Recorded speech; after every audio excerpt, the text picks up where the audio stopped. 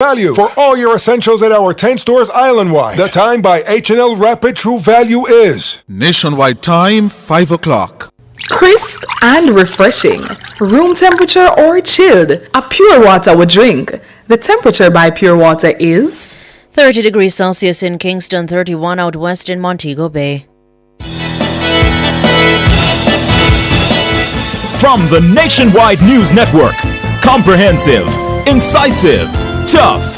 This is Nationwide at 5. Good afternoon, I'm Ricardo Brooks. And I'm Robianne Williams. In Nationwide News at this hour, the Integrity Commission has ruled that a criminal charge be laid against a senior PMP legislator. Attorney and former House Speaker Marissa Dalrymple Philibert says charges brought against her by the Integrity Commission are an abuse of process. The Senate has approved an order to give MOCHA broader prosecutorial and investigative powers. Opposition and government senators clash over Prime Minister Andrew Holness's judicial review battle with the Integrity Commission. They want to remove from our laws the crime of illicit enrichment. They are cowards. Absolutely false. It is not true. Indeed, the senator misled the parliament in that regard. MP Rhoda Moy Crawford has condemned comments she says may demotivate the Manchester Police's crime-fighting efforts. In news from the rest of the world, violent protests force Martinique airport to close. Boeing to axe 17,000 jobs, a tenth of its workforce amid a strike. In headline sports, Jamaica Scorpions 14-man squad selected ahead of new regional cricket season. And later in our broadcast, in the cover story at 5:35, the student handbook at GC Foster stipulates that males should have no cornrows, plaits, or twisting. The male students are frustrated. Senior lecturer at GC Foster Dwight Angus and attorney at law Kenyatta Powell will join us. In public opinion at 6:26, we ask, do you agree with GC Foster barring male students with cornrows?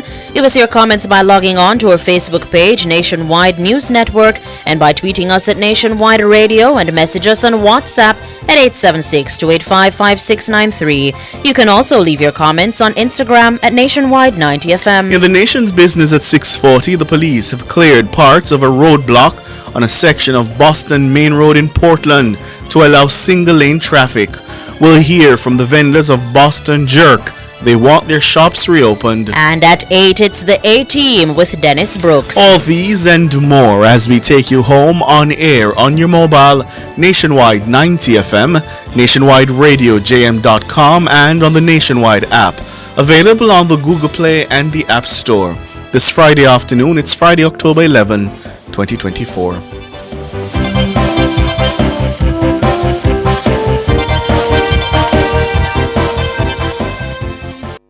News at 5 is brought to you by Fosterich Company Limited, fostering rich customer service. If it's news, it's got to be Nationwide 90 FM.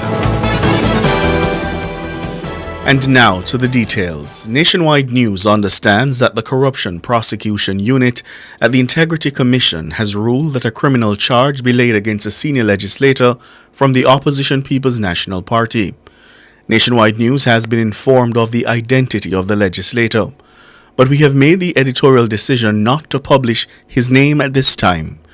A report naming the Member of Parliament and the circumstances supporting the ruling by the Integrity Commission is set to be tabled in the House of Representatives sometime this month. We have more in this report from George Davis. Sources close to the Commission tell our news center that the ruling that a criminal charge be pursued against the opposition legislator follows his alleged failure to submit his statutory declarations for 2022 within the time period required by law. The opposition MP is said to have eventually submitted the outstanding declarations, but only after the deadline date. It's understood that compounding the problems for him is his failure to comply with a notice prepared by the Commission. In that notice, the opposition MP was told he was being fined $250,000 for not submitting his statutory declarations in a timely fashion, which is in breach of the law. The Integrity Commission says its checks proved that the MP in question failed to pay the fine as stipulated to Tax Administration Jamaica. It's understood that the Integrity Commission is awaiting a certificate from its Information Technology Department and a statement from an officer at the Accounts and Finance Department at the Houses of Parliament before placing the MP before the court. Our sources say Director of Corruption Prosecution at the Integrity Commission, Keisha Prince Kamika, ruled this week on October 8 that the MP be charged. The report and ruling outlining the case against the opposition MP could be tabled in the House of Representatives as early as next week. The MP in question is a senior member of the Mark Golding-led PNP with strong roots in the party. He's also one of the opposition's most vocal members in the parliament. Senior members of the PNP tell our news centre that the MP is aware of the development with the Integrity Commission and is readying himself for an appearance in court. George Davis for Nationwide News. An abuse of process. That's how King's Counsel Peter Champagny has described the 8 charges brought by the Integrity Commission against his client, former House Speaker Marissa Dalrymple-Philibert. Mrs. Dalrymple-Philibert is being accused by the Commission of making false statements in her statutory declarations for the period 2015 to 2021. The matter was called up in the Kingston and St. Andrew Parish Court on Friday. Our reporter Robian Williams was there. In court on Friday, King's Counsel Peter Champagny made an application for the matter against Mrs. Marissa Dalrymple-Philibert to be thrown out on the basis that there were procedural errors that led to the charges being laid. Mrs. Dalrymple-Philibert resigned as Speaker of the House and MP for South Trelawney last September following a report from the Integrity Commission that recommended that charges be laid against her for making false declarations about her ownership of a motor vehicle. However, KC Champagny argued that the charges are misplaced and constitute an abuse of process.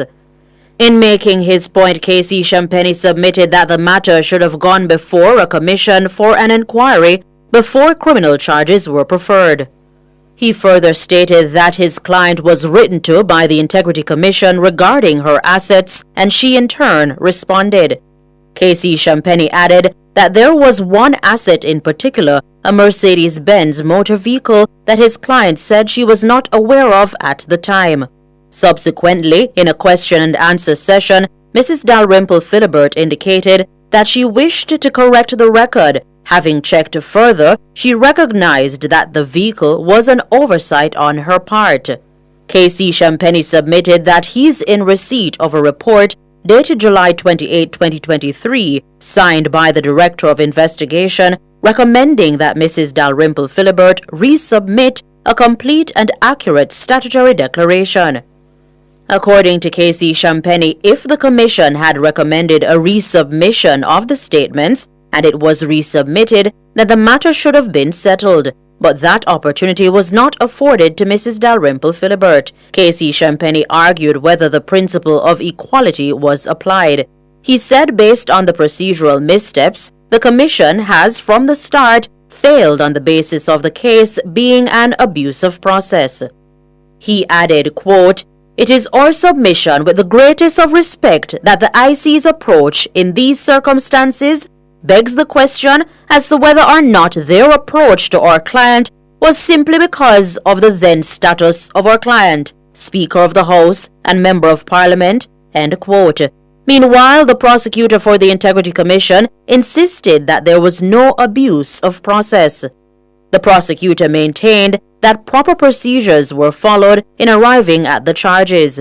He added that the defense misquoted citations in law and has taken things out of context.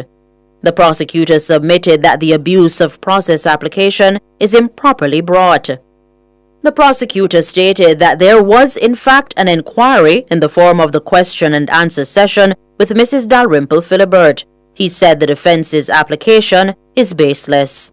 Presiding Judge Leighton Morris will rule on the application when the matter returns to court on December 6. Robian Williams for Nationwide News. Acting Assistant Commissioner of Police in charge of Area 5, Christopher Phillips, has confirmed that the man killed in a confrontation with the police on Thursday was a high-priority target for the JCF. The deceased, Kenrick Campbell, was reportedly one of the prime suspects in the August 11 Cherry Tree Lane massacre in Clarendon. ACP Phillips says Campbell was also linked to a faction of the Klansman gang.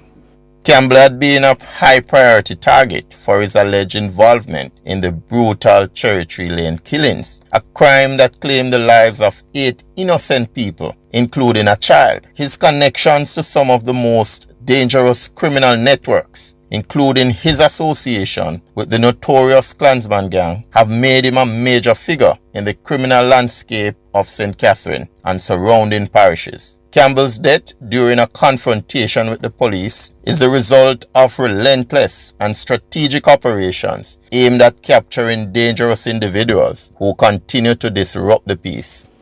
Campbell had previously served 5 years in prison after being convicted in March 2018 of illegal possession of a firearm and assault. His record shows that he also held a charge for a double murder in 2012. Campbell, who was a 36-year-old father of 2, was shot and killed by the police during an operation in St. Catherine. An illegal firearm was also seized. ACP Phillips says the police are actively pursuing Campbell's accomplices. We are aware that Campbell was not acting alone, and we are actively pursuing his accomplices. Let me remind them that our objective is to apprehend them and put them before the courts. So when we come for you, do not raise your weapons against the security forces. We urge you to comply and have your day in court. Let me urge members of the public, if you see something, then say something. Christopher Phillips, the Acting Assistant Commissioner of Police in charge of Area 5. The Major Organized Crime and Anti-Corruption Agency, MOCHA, will soon have broader prosecutorial and investigative powers. The Senate passed the Major Organized Crime and Anti-Corruption Agency Order of 2024 on Friday. It was approved with no objections. Leader of government business in the Upper House, Kamina Johnson-Smith, brought the legislation through all its stages.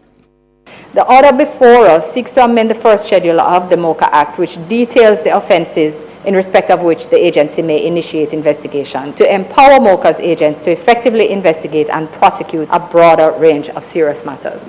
And they were enabled, therefore, by the powers vested in police officers pursuant to the Constabulary Force Act 1935. Consequent on the full implementation of the MOCHA Act, the JCF members who were transitioned to special agents could only operate within the confines of that statute and were no longer able to exercise the full powers of a constable as provided under the Constabulary Force Act. MOCHA was created in 2014 through a merger of the Anti-Corruption Branch and the Major Organized Crime and Anti-Corruption Task Force. However, Senator Johnson-Smith says the initial merger limited the scope of MOCHA's work to what was originally covered by the merged entities. This has impacted its current investigative and prosecutorial abilities. Mrs. Johnson-Smith says the new order will broaden the criminal offenses MOCHA may pursue. So this amendment to the MOCHA Act will expand the pool of offences for which the agency may proceed against persons associated with or otherwise involved in organised criminal activity. In summary, the pieces of legislation from which offences will be pulled include the Larceny Act 1942, the Forgery Act 42, Criminal Justice Administration Act 2014, the Road Traffic Act 2018, the Firearms Prohibition, Restriction and Regulation Act 2022, very important, Betting Games and Lotteries Act 1966, Fisheries Act 2018, also very important with illegal and unreported fisheries, fishing taking place, Predial Larceny Prevention Act, also very important, and common law offences to include misconduct of public office, conspiracy, cheating the public revenue, and inchoate offences. Kamina Johnson-Smith, Leader of Government Business in the Senate. Meanwhile, Government Senator Abka Fitz-Henley rejected as false and misleading a suggestion by Opposition Senator Lambert Brown that the Holness administration intends to bring to Parliament legislation to strike down the law against illicit enrichment. Senator Brown put forward the allegation as part of his contribution to the debate on the MOCHA order. Siobhan Campbell has that report. Lambert Brown told the Upper House of Parliament that declarations being sought by Prime Minister Andrew Holness in his judicial review battle with the Integrity Commission amount to an attempt to strike down a section of the Corruption Prevention Act that forbids illicit enrichment. A strident Senator Brown dared the government to seek to amend that section of the law in Parliament. It cannot be that we as parliamentarians want to see that offense of illicit enrichment removed from the statute books of the country. It must be an offense, especially since we set up an integrity commission to address issues like those. They want to remove from our laws the crime of illicit enrichment. They are cowards. They are hoping that some judge somewhere someday will say it's unconstitutional. The opposition legislator further ripped into the Holness government, accusing it of being the most corrupt in the country's history. This government is being seen as among the most corrupt government in the history of our country. And therefore, we have the courage to bring MOCHA into being. You now must fully staff MOCHA. You must focus MOCHA on illicit enrichment. Senator Abka Fitzhenley responded and accused his opposition colleague of attempting to mislead the parliament. That, sir, is absolutely false. As a lawmaker, I'd expect the senator to appreciate that if a litigant intends to strike down a law, the Attorney General would be named as a defendant in whatever action is carried. So this notion that there's an attempt by members of this side to strike down the illicit enrichment law and there may be some intention to carry legislation to the parliament to achieve that is absolutely false. It is not true. Indeed, the senator misled the parliament in that regard. He also hit back at allegations of corruption. This compares with former years of the PNP administration, where you would have scandal after scandal after scandal. Some ministers then donning the moniker of Teflon Don, and not one sanction was meted out to by the then leadership of the PNP administration. So I believe it's a semblance of hypocrisy for the senator to seek to suggest that there's no accountability whereas the corruption fight is concerned and actions taken by this administration. Our record in fighting corruption is strong, and I say that without apology. Senator Fitzhenley further argued that the passage of the Integrity Commission Act and an act to make MOCHA an independent agency are among a number of strong legislative steps taken by the Holness administration to fight corruption. He further defended the Holness administration, stating that any time issues of lack of transparency and accountability have arisen, Prime Minister Holness has responded quickly and decisively. Siobhan Campbell for Nationwide News. You're listening to the news on Nationwide at 5. We'll have more after these.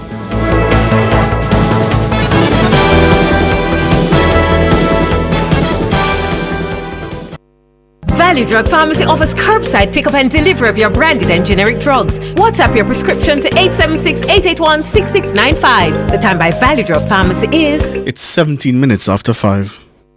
Rent-A-Kill Initial offers air purification solutions with triple filtration and unique auto-sensing capabilities that neutralizes malodor and replaces it with clean air. Call Rent-A-Kill Initial at 926-4236 for more details. The temperature by Rent-A-Kill is 30 degrees Celsius in Kingston, 31 out west in Montego Bay. So where you get? The new Popeyes blackened chicken sandwich, my girl. The flavor just hits different. Blackened like it burn up? Nah, man. Blackened because of the color of the Louisiana herbs and spices. Blackened like the flavor buck. No breading and the seasoning soaked deep in the chicken. But get yours and try it, cause me nah share here. Get the new Popeyes blackened chicken sandwich. Limited time only. Love that chicken from Popeyes. Continuing the news, Member of Parliament for Central Manchester, Rhoda Moy Crawford, is condemning what she says are utterances that may demotivate the police and undermine their crime-fighting efforts in the parish. I strongly condemn any utterances or conduct, especially on the part of persons in positions of leadership, that may serve to demotivate the police or undermine their crime-fighting efforts, and in so doing, embolden the criminal elements and give succor to their heinous and depraved acts. The first term MP's condemnation follows comments by councillors in the parish questioning the rationale for a spate of recently imposed curfews. At Thursday's sitting of the Manchester Municipal Corporation, Mandeville's Mayor Donovan Mitchell demanded answers from the police around the time of day the enhanced security measures are being imposed. He further questioned the impact curfews would have on business. But Ms. Crawford says the security measures are necessary as the parish continues to record an uptick in murders. I readily appreciate that curfews and other enhanced security measures create some amount of inconvenience and disruption to citizens who would otherwise be unrestricted in going about their lawful business. But with the parish's murder tally numbering in excess of 40 for the year so far, I am appealing to the citizens of Manchester Central and the wider Manchester, especially business and nighttime entertainment stakeholders, to exhibit resilience and understanding as the police seek to make the space safer. Rhoda Moy Crawford, Member of Parliament for Central Manchester. She says she will remain in contact with the police with a view to deepening partnerships with law enforcement. The National Security Minister, Dr. Horace Chang, is expected to tour sections of the parish and meet with stakeholders next Thursday. Senior Communications Strategist at the Jamaica Constabulary Force, Dennis Brooks, has been promoted to the rank of Senior Superintendent of Police. SSP Brooks received the honor on Friday by Commissioner of Police Dr. Kevin Blake. He was promoted alongside Superintendent Petrea Rowe, who's attached to the Force Development and Logistics portfolio. World in a Minute is brought to you by ABC Electrical Sales. We make things as easy as ABC. Hose Assembly and Supply, equipping Jamaica for success. And Charles O'Connor Consulting Network, COCN, driven by international accounting standards, modern technology and integrity. The World in a Minute. Passengers were left stranded on Thursday when the international airport in Martinique was forced to close due to unrest over the cost of living in the French territory. According to the BBC, dozens of protesters stormed the runway at the airport in the capital, Fort-de-France, prompting its closure. Inbound flights were redirected to nearby Guadeloupe, also a French territory. The airport reopened on Friday. Boeing says it will axe its workforce by cutting 17,000 jobs and delay production as the airplane maker deals with issues across its business. It's reported that in an email to staff, the CEO of Boeing stated that executives, managers, and employees' jobs are all at risk. The business also warned of losses in its weapons and military equipment manufacturing arm. The news comes as the company grapples with staff strikes and mounting concerns around the quality of its planes. The BBC reports that the CEO further stated in the email that Boeing will reduce its headcount over the coming months.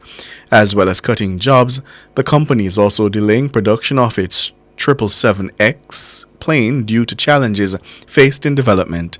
The CEO says customers can now expect first delivery of the plane in 2026. World in a Minute was brought to you by ABC Electrical Sales. We make things as easy as ABC. Hose Assembly and Supply, equipping Jamaica for success. And Charles O'Connor Consulting Network, COCN, driven by international accounting standards, modern technology and integrity.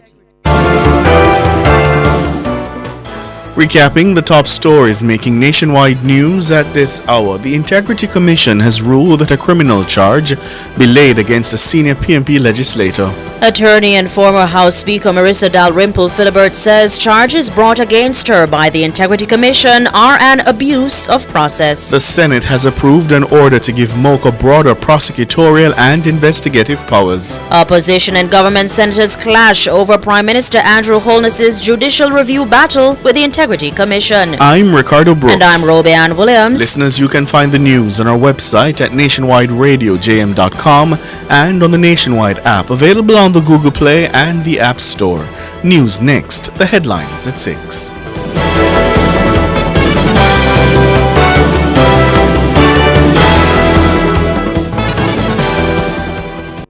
News at 5 was brought to you by Fosrich Company Limited. fostering rich customer service. This is a public service announcement from the Ministry of Health and Wellness. The Ministry of Health and Wellness wishes to advise awardees of the Dr. Barrington Wint Memorial Scholarship Program that the deadline to complete their bonding agreement has been extended to Friday, October 18, 2024. Awardees who face challenges with meeting the requirements of their bonding agreement are encouraged to call the Ministry of Finance and the Public Service at 876-922-8600 or visit the office at 30 National Heroes Circle, Kingston 4. They can also send an email to collet.mccausland@mof.gov.jm. That was a public service announcement from the Ministry of Health and Wellness.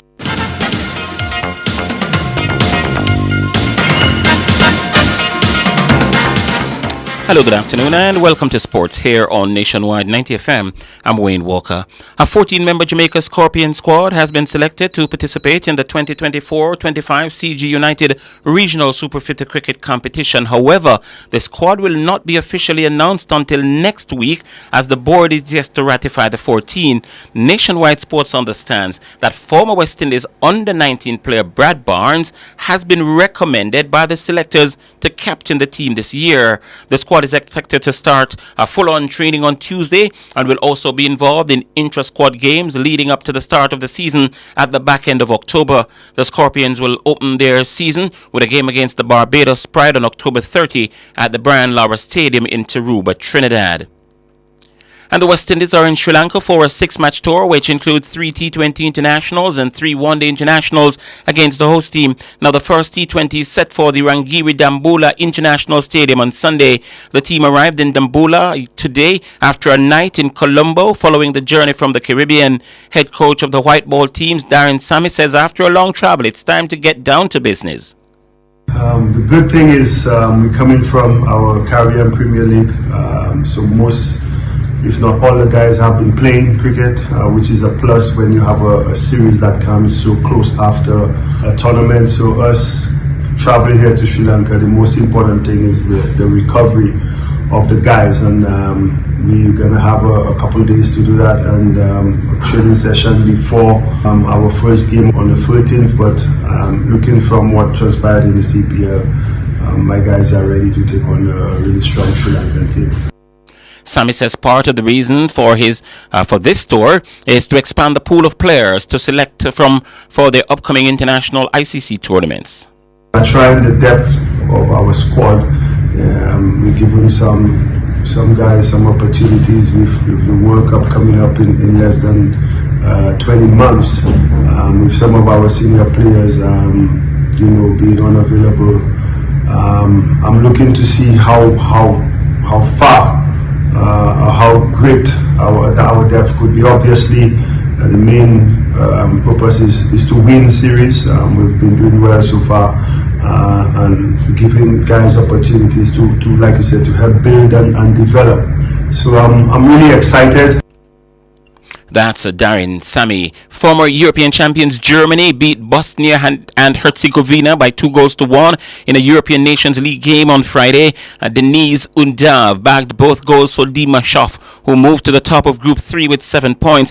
In the groups of the game today, the Netherlands and Hungary played out a 1-1 draw. Denzel Dumfries got the goal for the Netherlands. In other games, the Ukraine stopped Georgia 1-0. Iceland and Wales drew 2-2, and Turkey beat Montenegro by 1-0.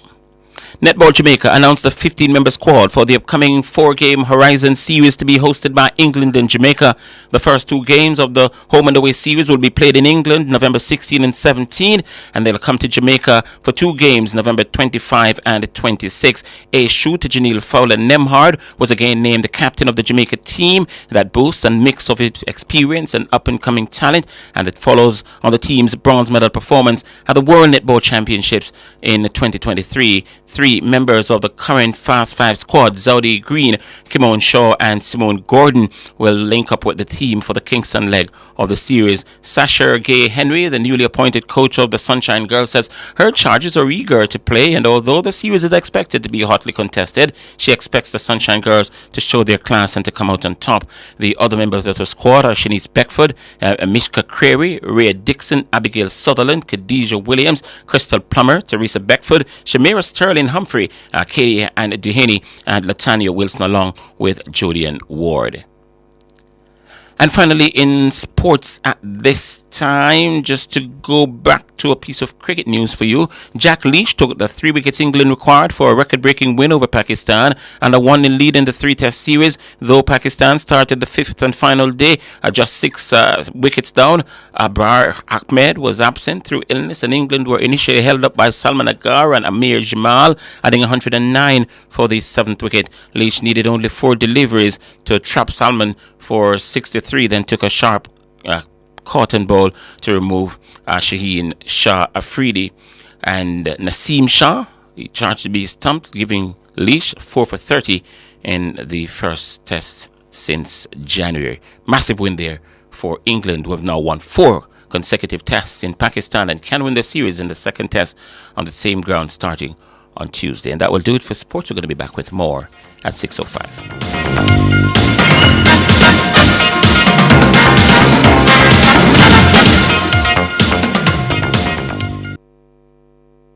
Since 2016, 156,000 more Jamaicans are working. This is more than any other time in our history. Your government is caring for you. The time brought to you by the Office of the Prime Minister is 5:30. I don't have no time for whole heap of paperwork. That's why I downloaded and signed up for my One Jane Passport app. Get it all in one go. Download and sign up now. The temperature by the One Jane Passport app is 30 degrees Celsius here in the nation's capital, Kingston. It's 31 in the western city, Montego Bay. Jamaica live good, yeah. I make we enjoy life, but we feel safe at night. Oi there! I can't pick Aki off of my tree. Are you planty? I know that. Come beat me. Beat me, Cheryl, come beat me. But you I ya sweep up over here when the leaf them nasty up me yard. You know what? I cut this tongue. Keela, Cheryl, how was that? Wanna stop the quarreling, no man? This no call for in our community. This no sound good, man. Don't bother tell me nothing. You know see how Cheryl turn bad. Me pick 2 little Aki off a tree off of the limb we hang down over my yard. And here she go talk about. She go cut down tree. And that me say, so what? No bother with no quarrel. No fight. Cheryl, no cut down the tree. Uno live good no people. Uno a big man you know. And uno a neighbor. The picnic them a friend too. We have to set the example for the picnic them. Live good. Me a beg uno. Do. A true ya talking a good son. Take a look at Aki them killer. Cause for real, the limb really hung over your yard. We are neighbor. Make we start live good. Aye, I saw it figure man. Live good, me say. Jamaica live good, yeah. I make we enjoy life, but we feel safe at night. Jamaica live good. I better you and A message from the Ministry of National Security. Come into the parlor, there's a welcome there for you. Welcome to the Mayor's Parlor with Desmond McKenzie. From 1 to 6 p.m. every Sunday, you'll now get more of your favorite vintage music. Put your head on my shoulder.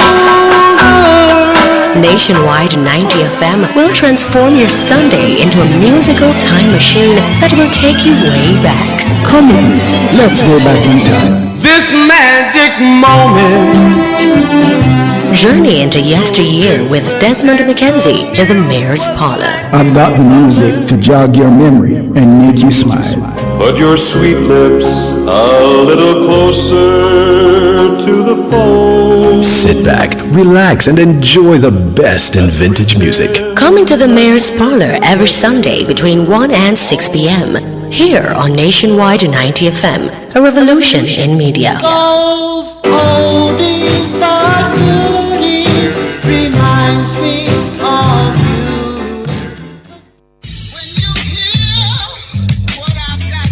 Public opinion. Stop this foolish about this GLP and PMP business. We are Jamaican. Different people. It's not a matter of a JLP or a PMP. I think it's more like where it is that you think you're comfortable, what support you can afford to make the country better. Different views. Most entertainers, they're not amenable to management, so the only thing that can ultimately structure them is the court and the prison. Public opinion. The voice of the people at 6:25 p.m. weekdays during Nationwide at 5. Tune into Nationwide at 6:25 p.m. for Public Opinion, where the people's views matter. Public Opinion is brought to you by Cleasing Industrial Supplies Limited, Industrial Automation and Control Solutions.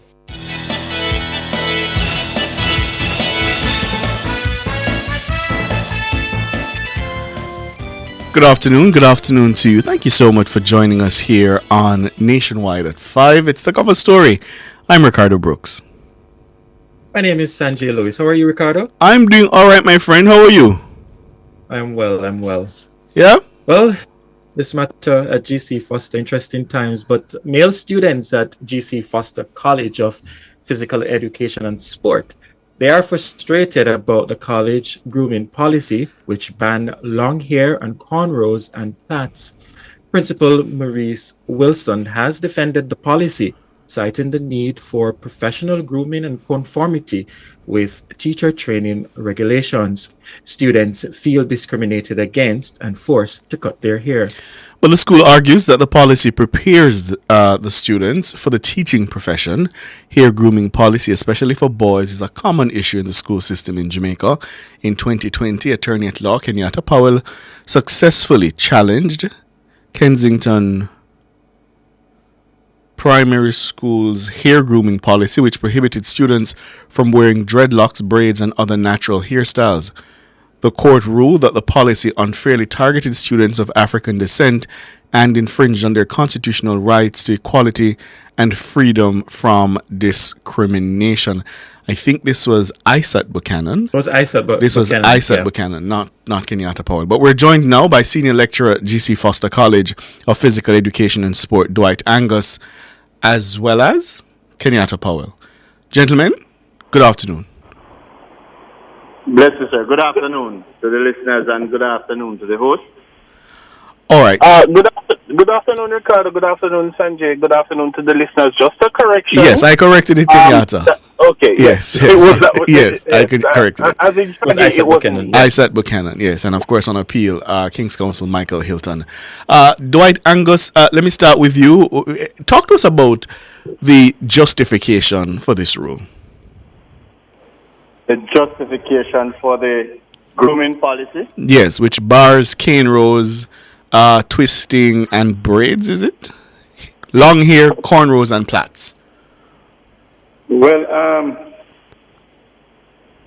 I have heard that there's an article that have been causing a bit of stir. But the policy is coming from out of the education policy that governs the teacher training institution. As most persons will realize, is that for the teaching profession, once an individual have decided to become a teacher, then that individual would have signed up themselves for a training and training includes not only the content thereby, but it carries with it a holistic approach, and even so, and therefore the policy has been in place, and these policy directives are clearly articulated in the student's handbook that the requirement in terms of how we appear and as male. Now, the students would have had their handbooks and they would have been signatory to that which governed them at the institution. Now, whereas other professions would have their own unique ways in terms of how they are trained. I'm almost sure that a doctor cannot tell in order to become a doctor they have to go through their 7 years or 10 years thereabout, and then thereafter go into the different hospitals without the necessary training to further assure that. But no one is telling them, sir, about their hair and how they should wear their hair. That's a completely different knowledge that you're bringing forward. But the teaching profession is unique because those who aspire to become teachers are held to a different set of standards. And if you check the records across the different teachers' colleges, all of the other teachers' colleges, their students have responded in a positive way towards the different grooming policies. And therefore, because of the nature of our operation, sometimes we tend to forget that GC Foster College is not only a college of sport, but it's a physical education training institution that trains our teachers. And as such, we believe that the policies are proper and should be maintained. Mr. Angus. Please note that we do not ask our students to cut their hair. We ask our students to groom their hair. Right. And that is a totally different scenario. Persons are beginning to talk about discrimination. Right. We have had a number of dreadlocks persons at our institution, and they have absolutely no problem. And we have But you're saying though, but what you're saying is that those who are Rastafarian, they have to prove and come with a letter in order for them to. So those who are Rastafarian, what the principal indicated is that they have to show proof by bringing a letter to the school. So if I sport locks, but I'm not of a Rastafarian culture, you're saying that I have to cut my locks. I can't quote for the principal because I think the principal is of age and he will be able to speak for himself. But I know that we ask the students to be properly groomed. All right, Mr. Angus, help me with something. What is the rational relationship between hair grooming and being a good teacher? But hair grooming and what? Being a good teacher. And being a good teacher? Yes. Well, there are some things that cause for distraction, and that will cause the teacher not to be as effective as they should be. So a teacher with cornrows. So let me just ask this question. So a teacher with cornrows would not be effective. I think that your question is misleading and going into a directive that. No, but this is what you said, sir. No. But we're seeking clarity based on what you just said. About what is the relationship between? All right. So follow me. I'll explain. So the college's grooming policy bans long hair, cornrows, and plaits. You made the point that the teaching profession has standards, and I understood that to mean that a part of those standards must necessarily include the banning of long hair, cornrows, and plaits. So I wanted to understand the relationship that you see between this ban and being an effective teacher, which I hope GC Foster would be training these young men to be. Well, you hope that we are training them to be, and then because we are training them to be effective teachers, we are saying that being an effective teacher does also carry a perception component to it, because persons, if I should stand in a classroom before a group of children and my hair is not combed, it is unkept, my appearance would. But that assumes that a cornrowed hair is unkept. What is the basis of that conclusion? Hair is unkept, then it is something that will turn off my students for them to believe that I might not necessarily be But by its very nature, aren't cornrows very ordered and neat by their very nature, is not. There are rows that go back, aren't they in order? Have you ever seen cornrows that are unkept? I'm not. No, but your policy bans them completely. It's not about whether they are kept or unkept. Your policy bans it completely. All right. And then if the policy bans it completely, let's say GC Foster policy says, and I'm reading from what we have in Iceland, that it said no cornrow plates are twisted are allowed for the males, for example. Right. Yes. Each individual that has signed up to this would be issued this, and then they would have an alternative to decide to enter into a profession that does facilitate this, because we do have other training institutions that allows for these hairstyles. May I put it to you, Mr. Angus, that the fact that other schools do it is not a justification in and of itself for its continuation? So you're saying now that the matter of choice does not come up. I am sure that you've given them an impossible choice, though. You've given them an impossible choice. You're telling them either cut the hair or go elsewhere. Is that a fair choice? Why are you saying that we are telling them to either cut the hair? But if you've banned the cornrows, unless you're going to have them, can they come in afros? Of course, we have students here in afros, but just like the afro, we are saying that you must make it be groomed. It can't be a hairstyle that is not properly groomed. And groom does not necessarily just speak to hair. It speaks to the clothes we wear. How we carry. So let me put another way to you then. Hold on, Sanjay. We're up on the break. We're actually up on the break. So hold it there for me, Mr. Angus. Hold it, Sanjay. After the break, Kenyatta Powell will bring you in.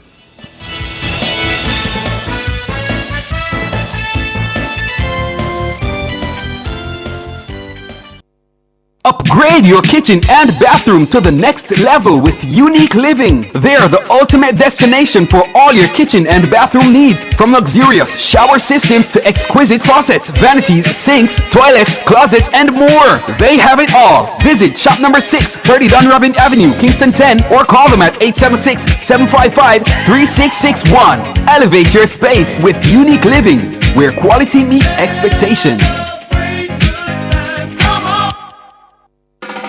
Imagine opening a bank account without ever leaving your home. Well, at CIBC Caribbean, we've changed the game. Open a new CIBC savings or checking account completely online using your computer or phone, anywhere, anytime. No need to visit the bank, no waiting in line. Just apply, verify, and sign your documents, all online. It's secure, seamless, and 100% digital. Open your new CIBC account by applying online today.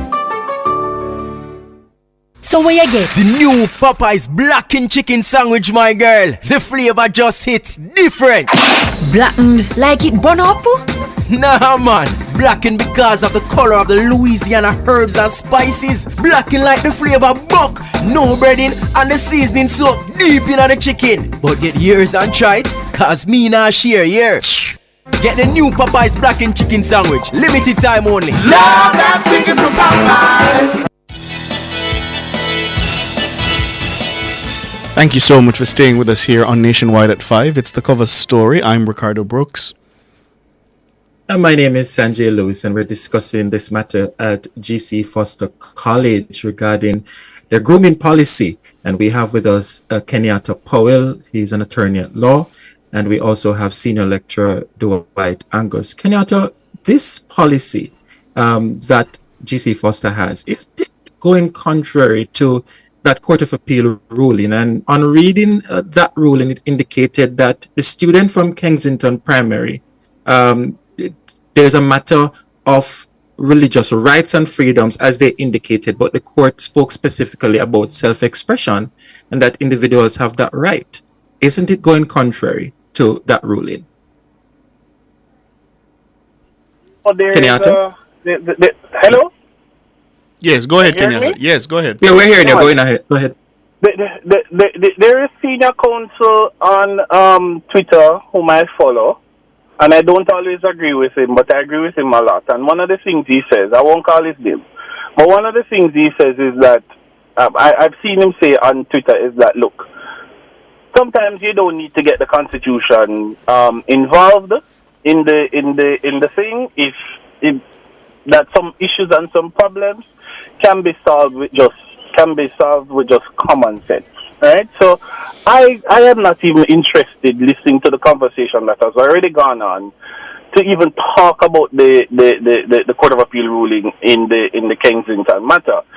What I would just point out is that your questioning to the senior lecturer was very interesting and instructive to me, because you see, he hasn't answered several questions, those are the questions about the rational connection between issues of grooming, and when we're talking about grooming, we're really talking about cleanliness, right? So he hasn't shown us the rational connection between issues of grooming, and I always say to people, when you hear them talking about grooming, they're really talking about cleanliness, right?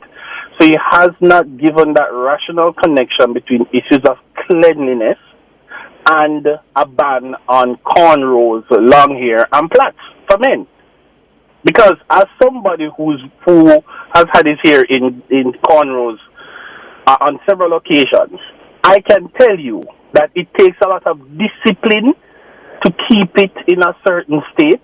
And as one of you pointed out, I can't remember which one of you pointed out, the nature of cornrows is that your hair is styled in neat rows from front to back.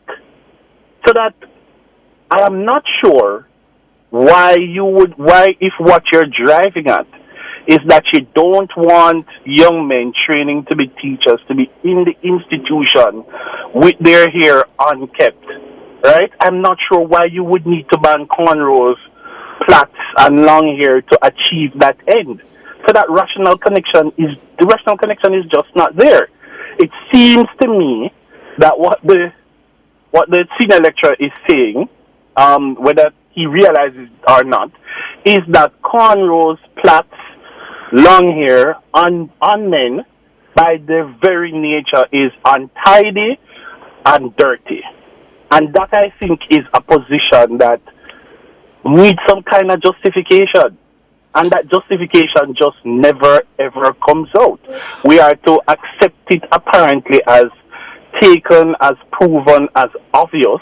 But isn't there is something dirty and untidy about a man with cornrows? Isn't there something, Kenyatta? Isn't there something to be said, as I think Mr. Angus was getting at, that a teacher holds a particular status, a particular standard of leadership is expected from a teacher, and you perhaps don't want students to emulate then a man turning up for work with his hair in cornrows.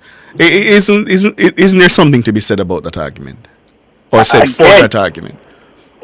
Again, so what I'm looking for in terms of standards for teachers, right? I'm looking for people who are going to go into the teaching profession who are honest, who are decent, right? Who are not cruel to children, right? Who are competent at delivering the subject areas in which they're teaching. It seems to me that to say that a male teacher with cornrows might influence a young boy to also wear cornrows, right? It seems to me that we are skipping over, again, the essential question that needs to be answered, which is, what is so wrong with cornrows on a man's head that it is something that we should say is substandard, such that we want to have young boys in a hermetically sealed environment where they don't see men, with cornrows. I can hear some of my listeners. I can hear some of my listeners shouting at the radio. They're shouting at the radio and they're saying, Kenyatta Powell is trying to dismantle standards in Jamaica. And why are you so anti-standards and anti-rules? I can hear them shouting. Again, as I said, I laid out to you what my standards are for teachers. And none of the standards I have for teachers includes my own personal preferences about how a teacher should wear their hair. You want me to tell you what my standards for hair would be? I absolutely agree that would be unacceptable for any teacher, male or female, to show up to school with their hair in a dirty, unkept situation. That has the potential clearly to be distracting, and there might be hygiene issues. What we're getting into now is people legislating their own personal taste and style, and then telling us that these are standards. They're not standards. These are Mr. Angus, arbitrary preferences. But Mr. Angus indicated, Kenyatta, that they are preparing individuals for society to be teachers, and there are standards set by the college that they ask those who come to follow. What's so wrong with that? No, I hear Can I say something?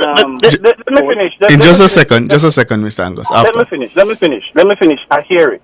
But what I keep going back to is the fundamental question.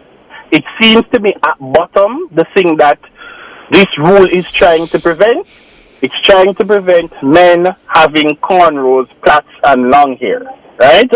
And I think if you're going to have a rule like that, to justify that rule, you have to say clearly what is wrong, what is so evil, what is so destabilizing about men having cornrows, plaits, and long hair. And I've never been able to get a response to that question. Go ahead, Mr. Angus. Yes. Mr. Angus. I listened to the learned gentleman. And you don't have to be learned. No, man. I am just trying to probably copy what a lawyer would probably say to their colleague. But you should never copy lawyers, trust me. Allow him, Kenyatta. Allow him. Right. Go ahead, Mr. Angus. I have listened carefully, and he has articulated and put his position square up front. And one in his dialogue, he said monologue. He said that he expects a teacher to be au fait with the content, to carry themselves in a manner that is clean and all of that. But I also expect a teacher to obey rules. And one of the rules that the college has in place is a grooming policy rule. And if a teacher can't obey those rules, then right away they are setting themselves up for their students to follow suit. And so it's, Mr. Angus, there is the question though, Mr. Angus, about the rule and the rule making sense. With the policy of the institution that will be training you, then right away you need to decide whether or not I don't see. Let's have the argument, but don't come into the institution, pretend that you are in agreement with it, and then you segue into the unkempt hairstyle. And I know I have seen persons with cornrow and it's quite clean and acceptable.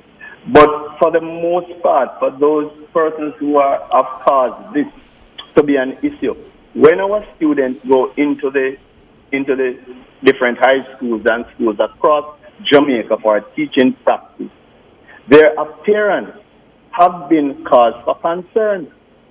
The host teachers are making complaints. They are saying that the unkept here, even the manner in terms of the dress code and all of that. And it causes us now to say, these teachers, when they have completed their training, would be without job because the employers will not going to be placing them in job because of their... I think though, Mr. Angus, we're having two separate conversations because you're talking about the unkept hair. That's and the way the individual dress. We have no issue with that. We're talking about cornrows that are kept. Why is that a challenge? But let me ask you also, is it that everyone who enters GC Foster, they enter to become a teacher?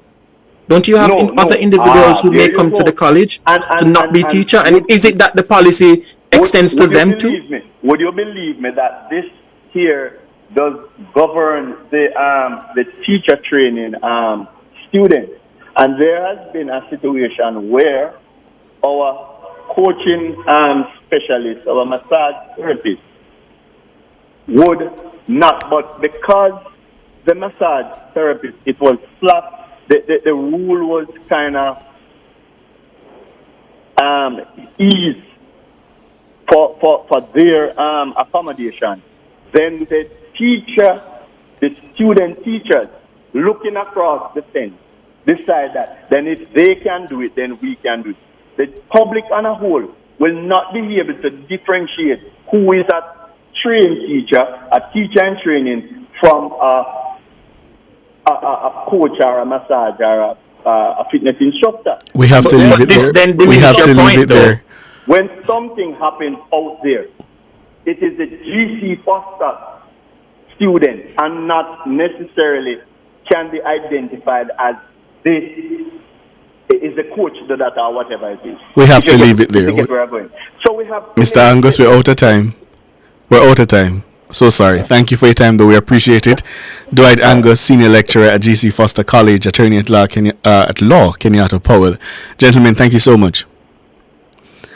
And just before we go, a notice here from the Industrial Disputes Tribunal ordering striking employees or those considering striking to cease and desist. This is a matter between the Jamaica Civil Aviation Authority and the Jamaica Air Traffic Controllers Association.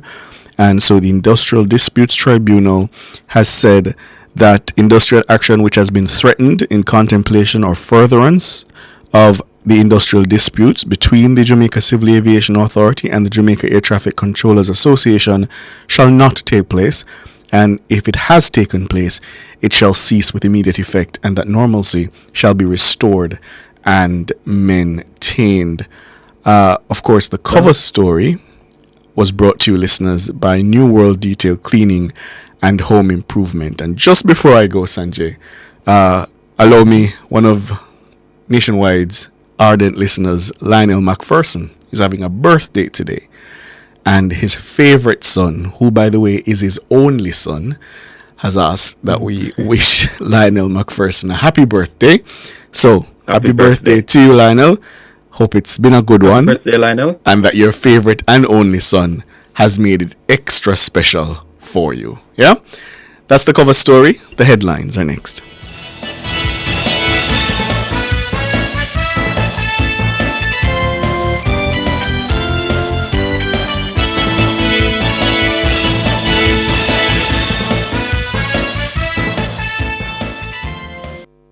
New World Home Improvement and Detail Cleaning offers high-quality detail cleaning and home improvement services.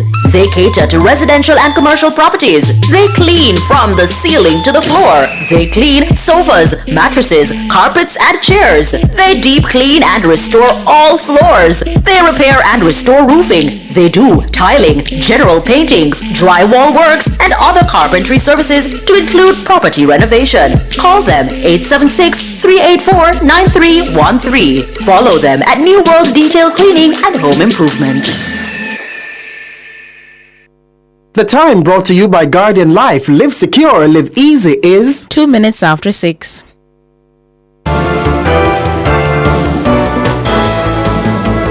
Nationwide headlines at 6.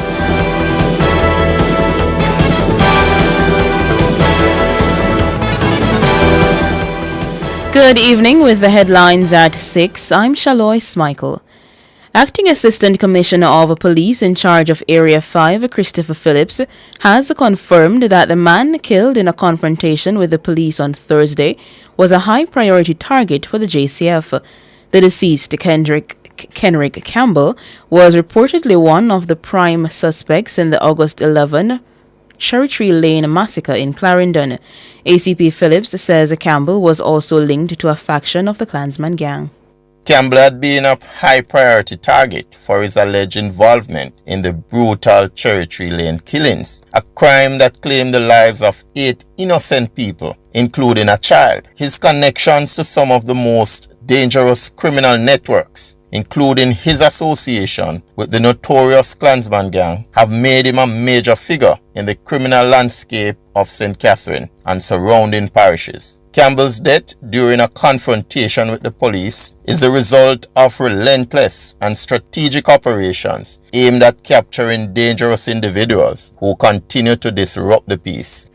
ACP Phillips says the police are actively pursuing Campbell's accomplices.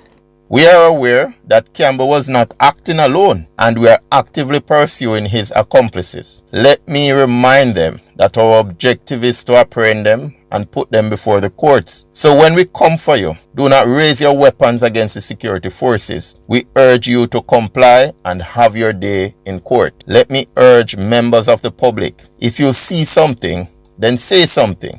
Christopher Phillips, Acting Assistant Commissioner of Police in charge of Area 5.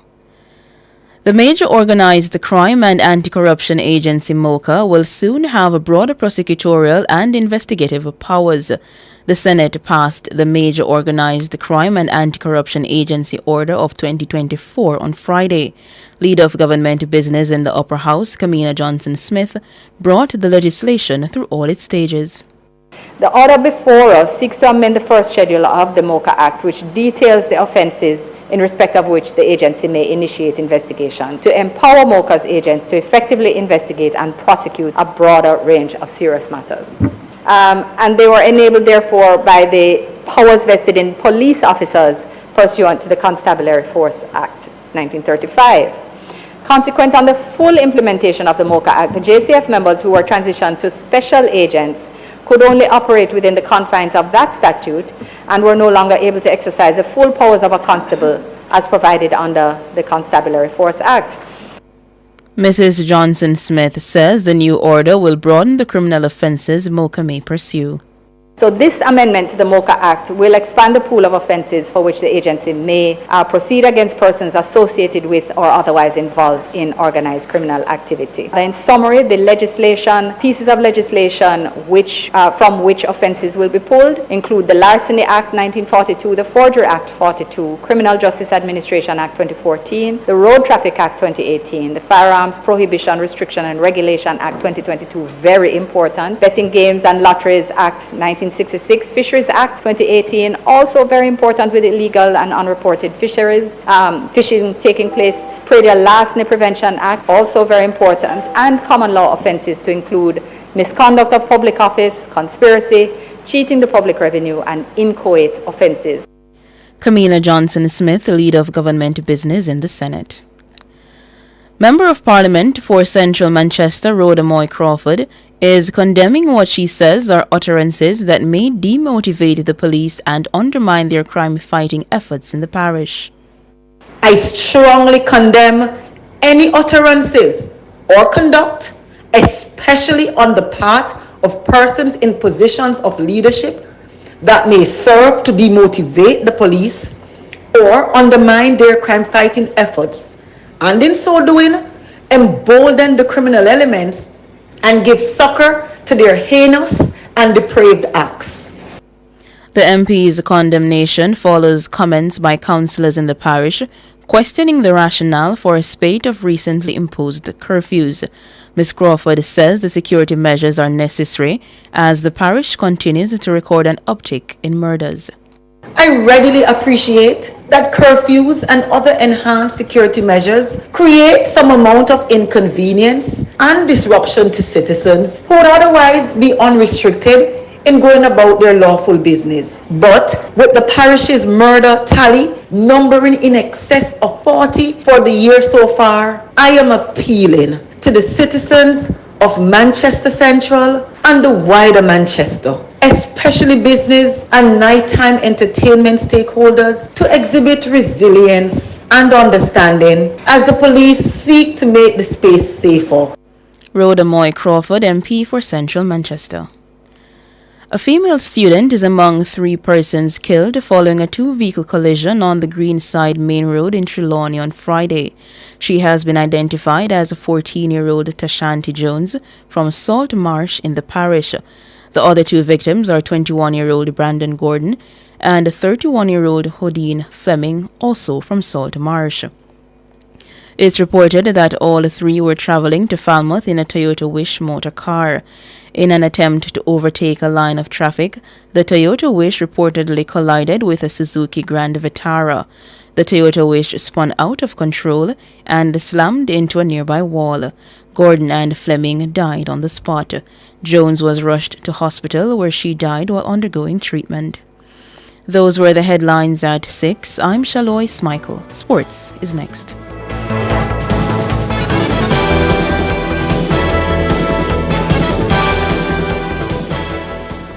Looking to add a touch of elegance to your room?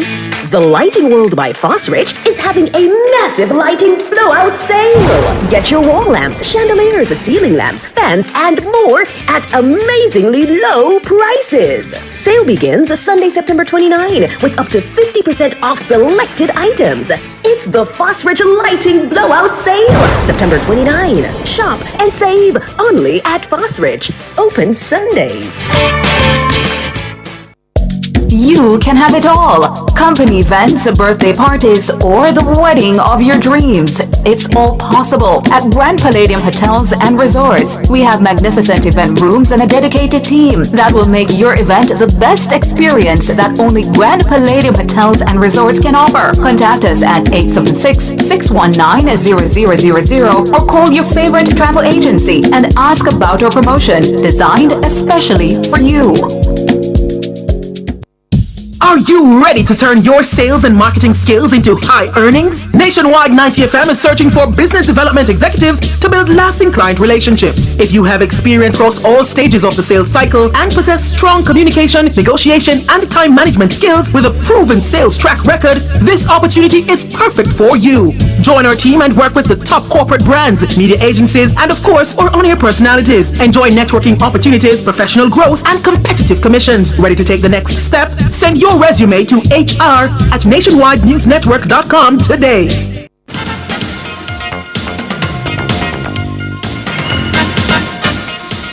Good evening with your sports report. I am Alrix Baby. We ball things off with some cricket as a 14-member Jamaica Scorpion squad has been selected to participate in the 2024-25 CG United Regional Super 50 cricket competition.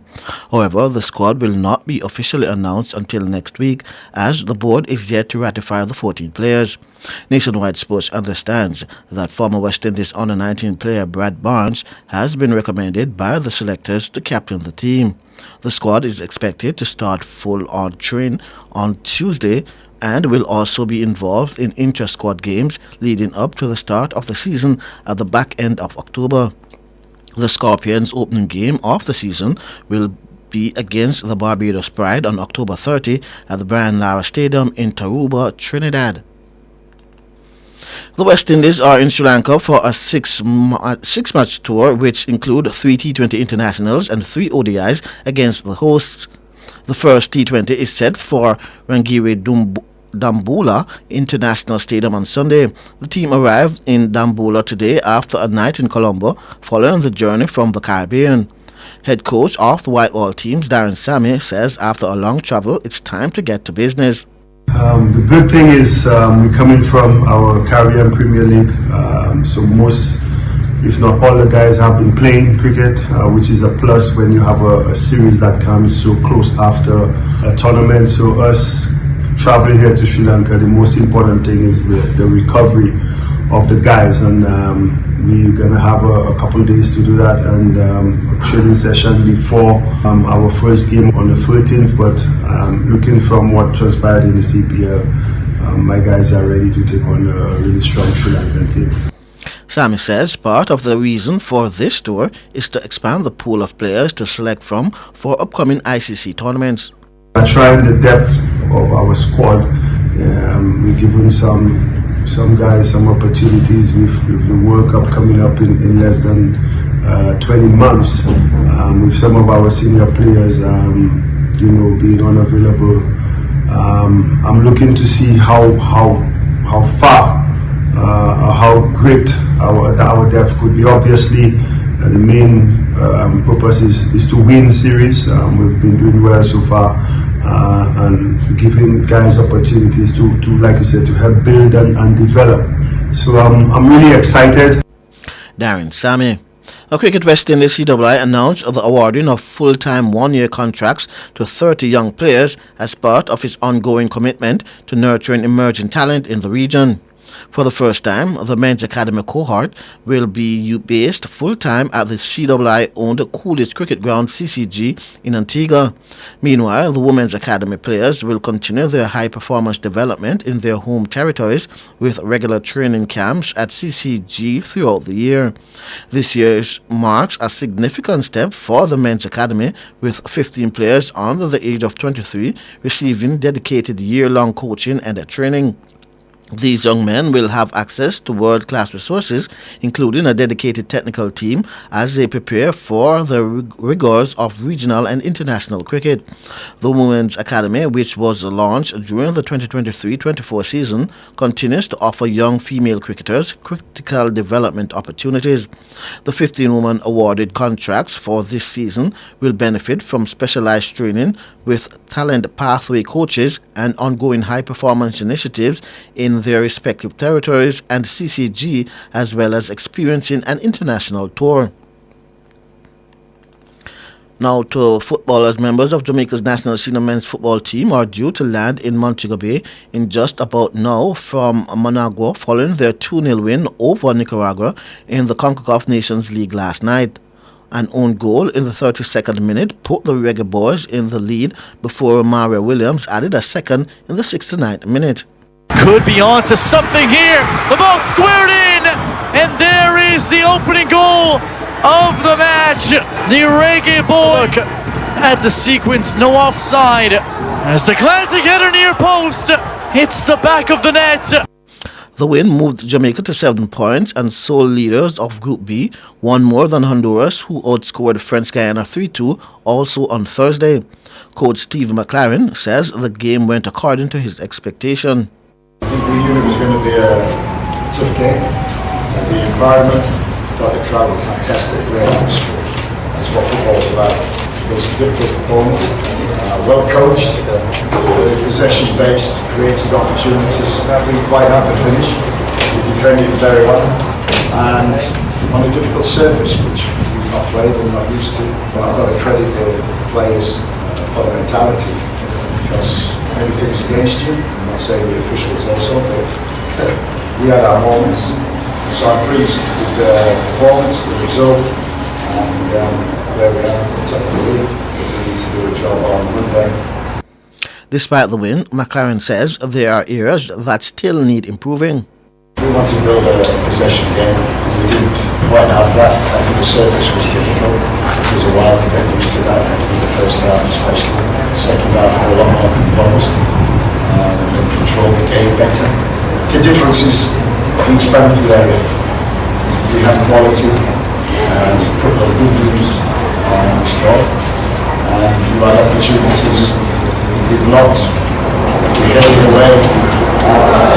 Andre made a fantastic save at the end, because if that had gone in, then the last 5 runs would have been very intense. Steve McLaren. Now, Jamaica will next be in action on Monday when they face the Hondurans at the National Stadium in Kingston. Former European champions Germany beat Bosnia-Herzegovina 2-1 in a European Nations League game on Friday. Denis Undav bagged both goals for Dimachov, who moved to the top of Group 3 with 7 points. In the group's other game, the Netherlands and Hungary played out a 1-1 draw. Denzel Dumfries scored for the Netherlands. In other games, Ukraine stopped Georgia 1-0, Iceland and Wales drew 2-2, and Turkey beat Montenegro 1-0.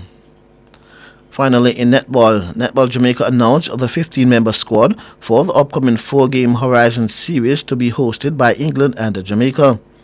The first 2 matches of the home and away series will be played in England on November 16 and 17, followed by 2 games in Jamaica on November 25 and 26.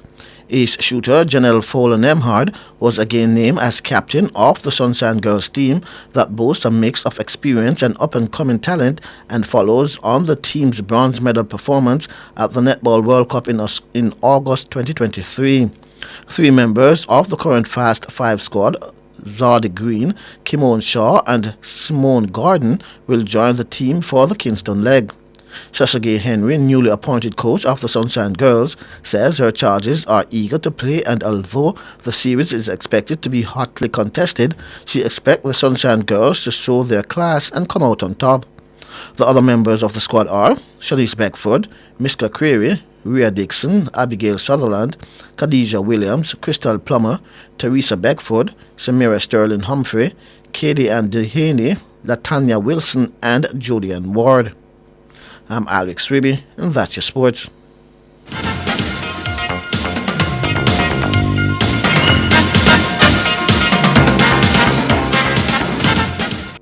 For all your scales and food processing equipment, call Advanced Scales and Equipment Limited at 876-968-9612-5. The time by Advanced Scales and Equipment Limited is 6:19.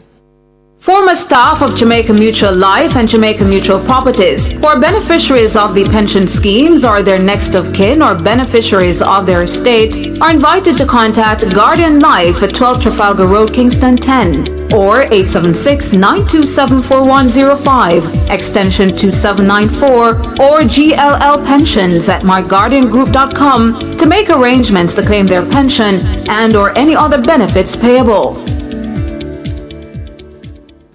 Looking to add a touch of elegance to your room? The Lighting World by Fosrich is having a massive lighting blowout sale. Get your wall lamps, chandeliers, ceiling lamps, fans, and more at amazingly low prices. Sale begins Sunday, September 29, with up to 50% off selected items. It's the Fosrich Lighting Blowout Sale, September 29. Shop and save only at Fosrich. Open Sundays. Discover the magic of the Mona Library during Library Open Week 2024. Help celebrate with faculty members and students during this signature event, Celebration of Books, which will showcase scholarships coming out of the Mona campus. Discover cutting-edge digital tools that will enhance your professional development skills through their e-resource fair. Come on out, connect, unlock new opportunities, and dive into the world of knowledge. Discover, learn, succeed. October 13 to 17, 2024 at the Mona Library. The 5% Club is now taking new members. Sounds exclusive? We don't want it to be. You see, it's made up of less than 5% of women who get screened for breast cancer in our country each year. At Sagicor, we've made it our mission to help to change the statistics. In fact, with 5,000 more women getting screened, we can officially become the 6% Club. And we won't stop there. So please get checked. Early detection saves lives. Go to bit.ly/5% Club JA. None of mercy. This one is very classic, dedicated to all the schoolers who are taking beats. If you've ever struggled to pass an exam, then you'll know that students today are under great pressure to get good grades and secure qualification needed to move on to higher education. The problem is that too many students are struggling alone and could really benefit from connecting with hardworking teachers and other bright students in other parts of the country and the region.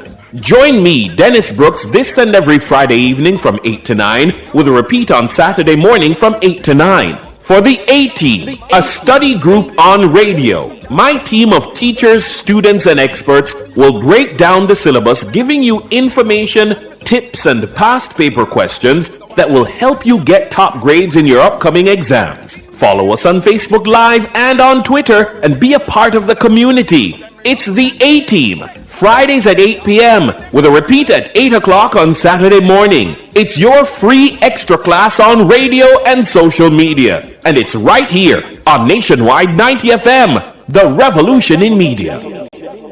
Public Opinion is brought to you by Cleasing Industrial Supplies Limited, Industrial Automation and Control Solutions.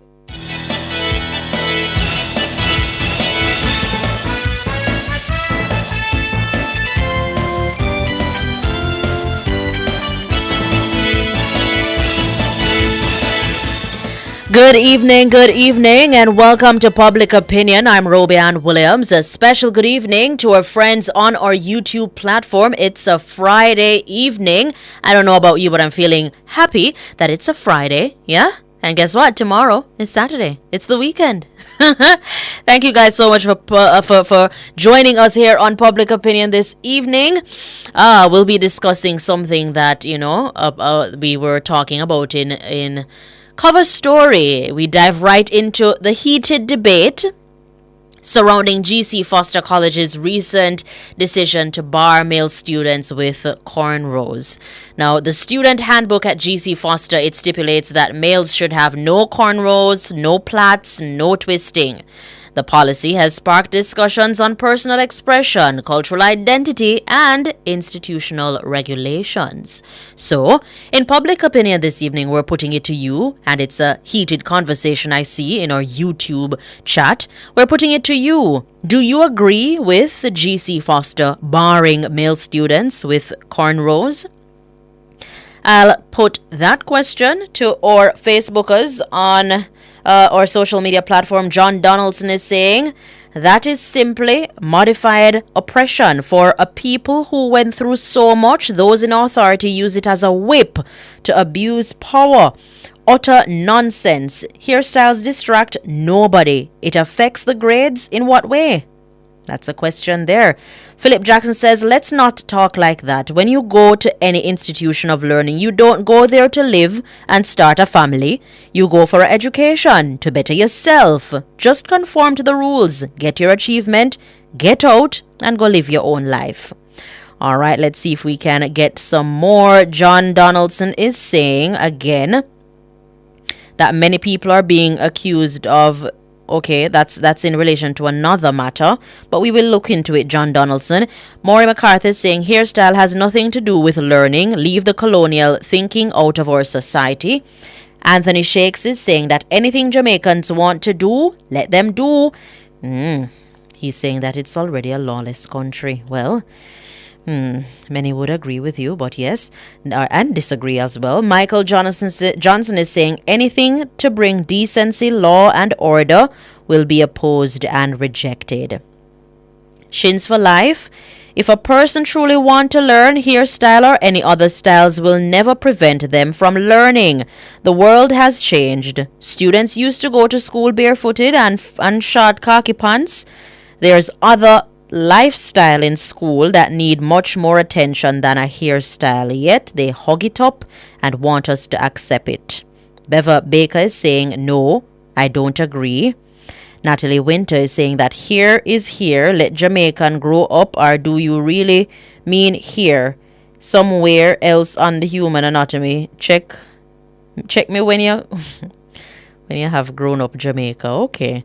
And Mark Ranger is saying, Una gone back with this hairstyle thing again. Fabian Smith is saying, every school have their rules because when you're in the working world, they have to comply with company policy. Interesting point there.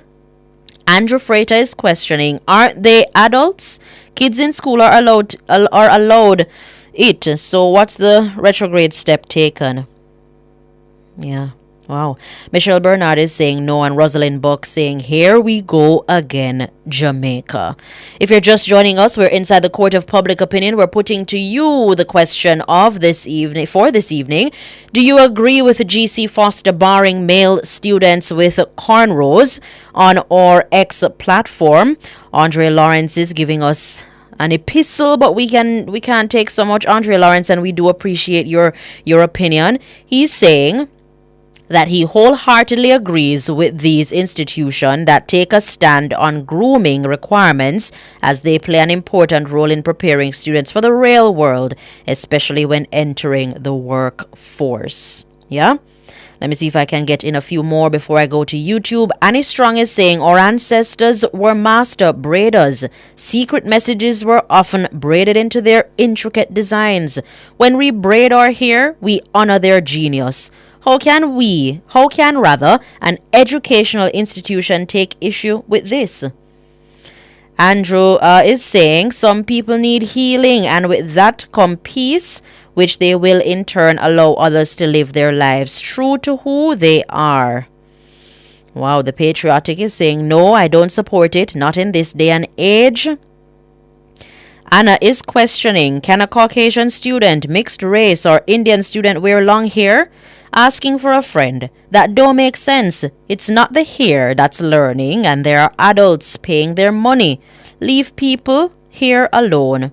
And Anna is going on to say Harvard and other Ivy League schools worldwide don't have any of that. Okay. So to the comments on quickly, I'll go through some on Instagram and then go over to YouTube. Dio is saying, come on, we're not talking high school here. This is a college. They are adults. Drew is asking, why are we here? Here again. Yeah. HM Queen is saying that it can be a distraction. However, if groomed, it should be okay. Although groomed is relative to the interpretation, nonetheless, rules are rules. Willie Ryan Wilson is saying, I strongly disagree. The hair rule at this institution is nonsensical and should be thrown out the window. Period. Yeah. Let's see what our YouTubers are saying. I like to hear from our YouTubers. Avis right away saying rules are rules. We need to encourage them and encourage them to follow the rules. Philip Jackson is questioning, would they wear ribbon and bandu? Bandu? All right. Let me see if I can get in some more. Will is questioning, isn't GC Foster an 18 and older institution?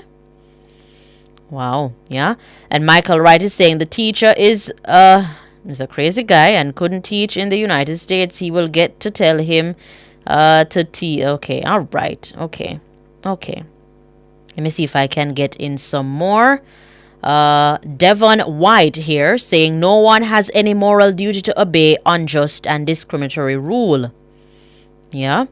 Monica Archer saying, yes, I agree. She agrees with what? She agrees with GC Foster, barring male students with cornrows, and that's what we're asking. If you agree, if you disagree. David Nebar is saying, and ladies must not wear men hairstyle. Well, you want to know.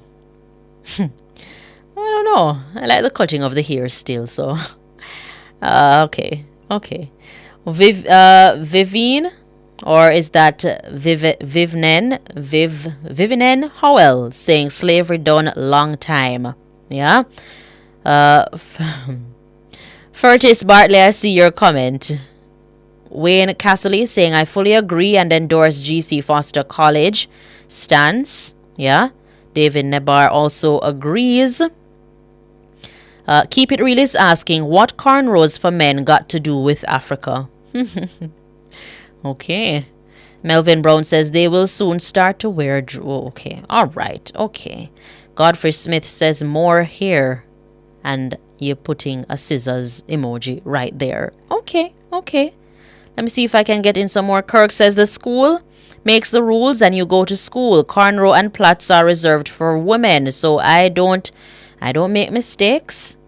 Denzel M is saying rules are rules and you agreed to them, so I don't want to hear any crying about discrimination. Man must be man. Okay. All right. It's a lot being said about this public opinion question. Yeah, a lot being said about it. Keep It Real says, what's next? Fingernails polish? Okay. Wow. All right. Michael Wright is saying GC Foster College. I can't say that Michael Wright on air. You want to get me in a problem? Oh boy. Rich Richard says no matter what they say, I just straight rasta. Mildred Hamilton saying that it looks like hairstyles are more important than learning these days. Rules are rules. And Evanes is saying rules are rules. Teachers, watch what your student are learning. Yeah. Will, I'll give you the last one. Not all rules make sense. Period.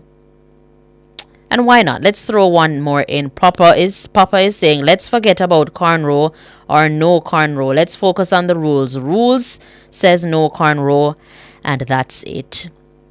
Varying views here, varying opinions, and we welcome them.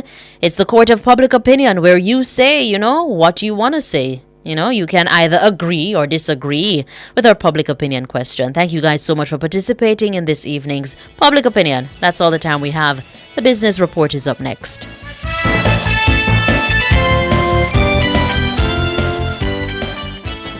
Public opinion was brought to you by Cleasing Industrial Supplies Limited, industrial automation and control solutions. Drive the most exciting new vehicles in Jamaica. Schedule your 2024 Ford Ranger pickup or Ford Everest 7-seater SUV test drive now. Call or visit KIG today. The time by KIG is 6:33. Hello, good evening, and welcome to Nationwide's Business Report. I'm Robianne Williams. Equity Line Mortgage Investments Corporation has been delisted from the Jamaica Stock Exchange, JSE, as of the close of business on Monday, October 7, 2024. Now, the JSE says the delisting of Equity Line Mortgage Investments Corporation was due to the company's failure to comply with audited financial statements, an annual report, quarter financial statements, and listing agreements. Further afield, Boeing will axe its workforce by a tenth, cutting 17,000 jobs and delay production as the airplane maker deals with issues across its business. Chief Executive Kelly Ortberg, said in an email to staff that executives, managers, and employees' jobs are all at risk. The business also warned of losses in its weapons and military equipment manufacturing arm and pushed back the delivery date of its 777X plane. The news comes as the business grapples with staff striking and mounting concerns around the quality of its planes. And finally, in the currency markets at the close of trading today, it cost 159 Jamaican dollars and 16 cents to buy $1, 218 Jamaican dollars and 25 cents to buy $1 British pound, and 116 Jamaican dollars and 55 cents to buy the Canadian dollar. That's the business report. I'm Robianne Williams. Have yourselves a wonderful weekend.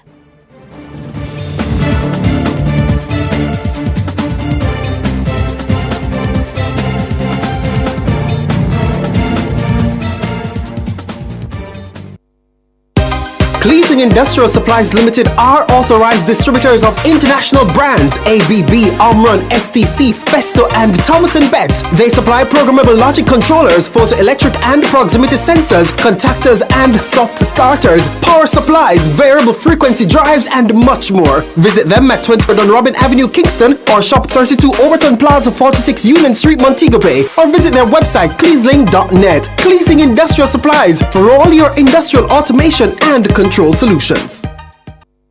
Are you ready to turn your sales and marketing skills into high earnings? Nationwide 90 FM is searching for business development executives to build lasting client relationships. If you have experience across all stages of the sales cycle and possess strong communication, negotiation, and time management skills with a proven sales track record, this opportunity is perfect for you. Join our team and work with the top corporate brands, media agencies, and of course, our on-air personalities. Enjoy networking opportunities, professional growth, and competitive commissions. Ready to take the next step? Send your resume to hr@nationwidenewsnetwork.com today.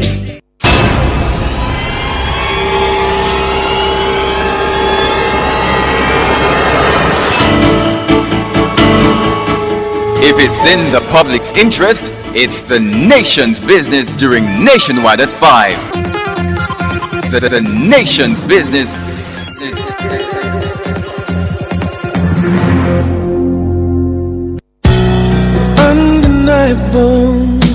that we should be together. The true beauty of music is that it connects people. It carries a message. It speaks to you. It changes you. And that's exactly what we do just for you every Sunday as we take you to Urban Paradise, 9:10 a.m. to 11 a.m. Urban Paradise is our weekly musical journey that will serve up 110 glorious minutes of positive storytelling through music, mixed in with inspirational features to provoke thought and to heal the soul. Like a dream come true, just wanna be with you. So join me, Diane Ashton Smith, this and every Sunday, 9:10 a.m. to 11 a.m. here on Nationwide 90 FM, a revolution in media. Urban Paradise, opening our hearts, connecting to others.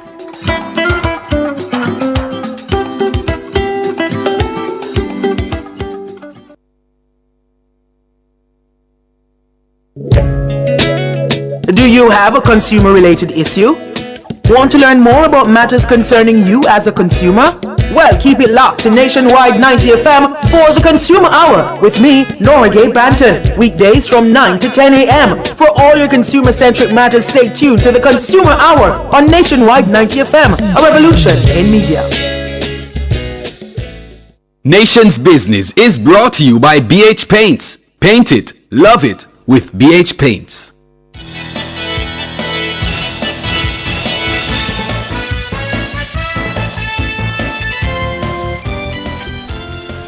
20 minutes going up to 7 o'clock. You're tuned in to Nationwide at 5. It's time for the Nation's Business. I'm Ricardo Brooks.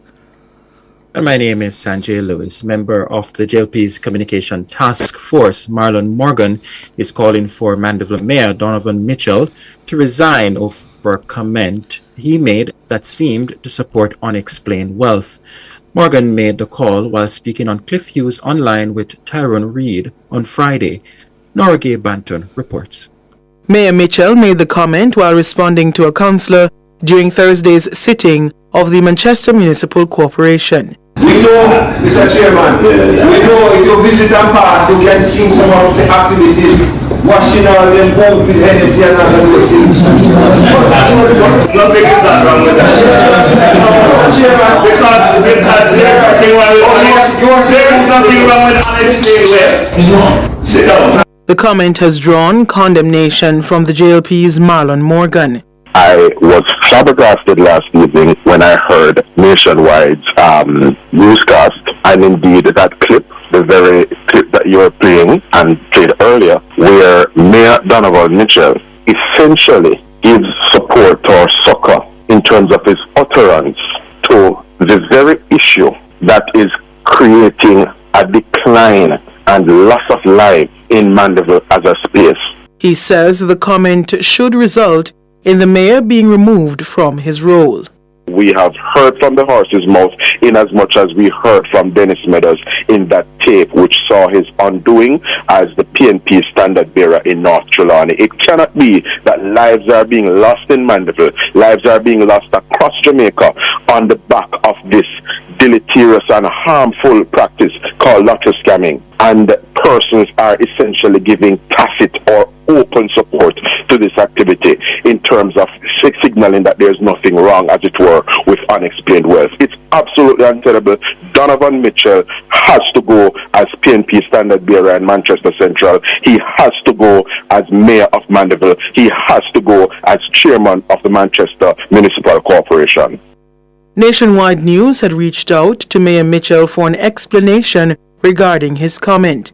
The mayor requested the clip of him that was carried in our newscast. Up to news time, Mayor Mitchell has not yet provided a further explanation to Nationwide News. He did, however, tell Nationwide News that he was heading into an urgent meeting and would be happy to speak with our news center at another time on the matter. Nora Gay Banton for Nationwide News.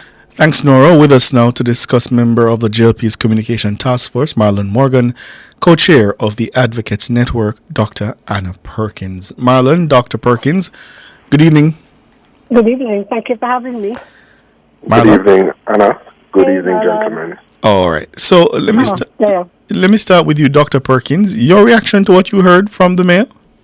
Oh, what I heard has me very, very deeply concerned.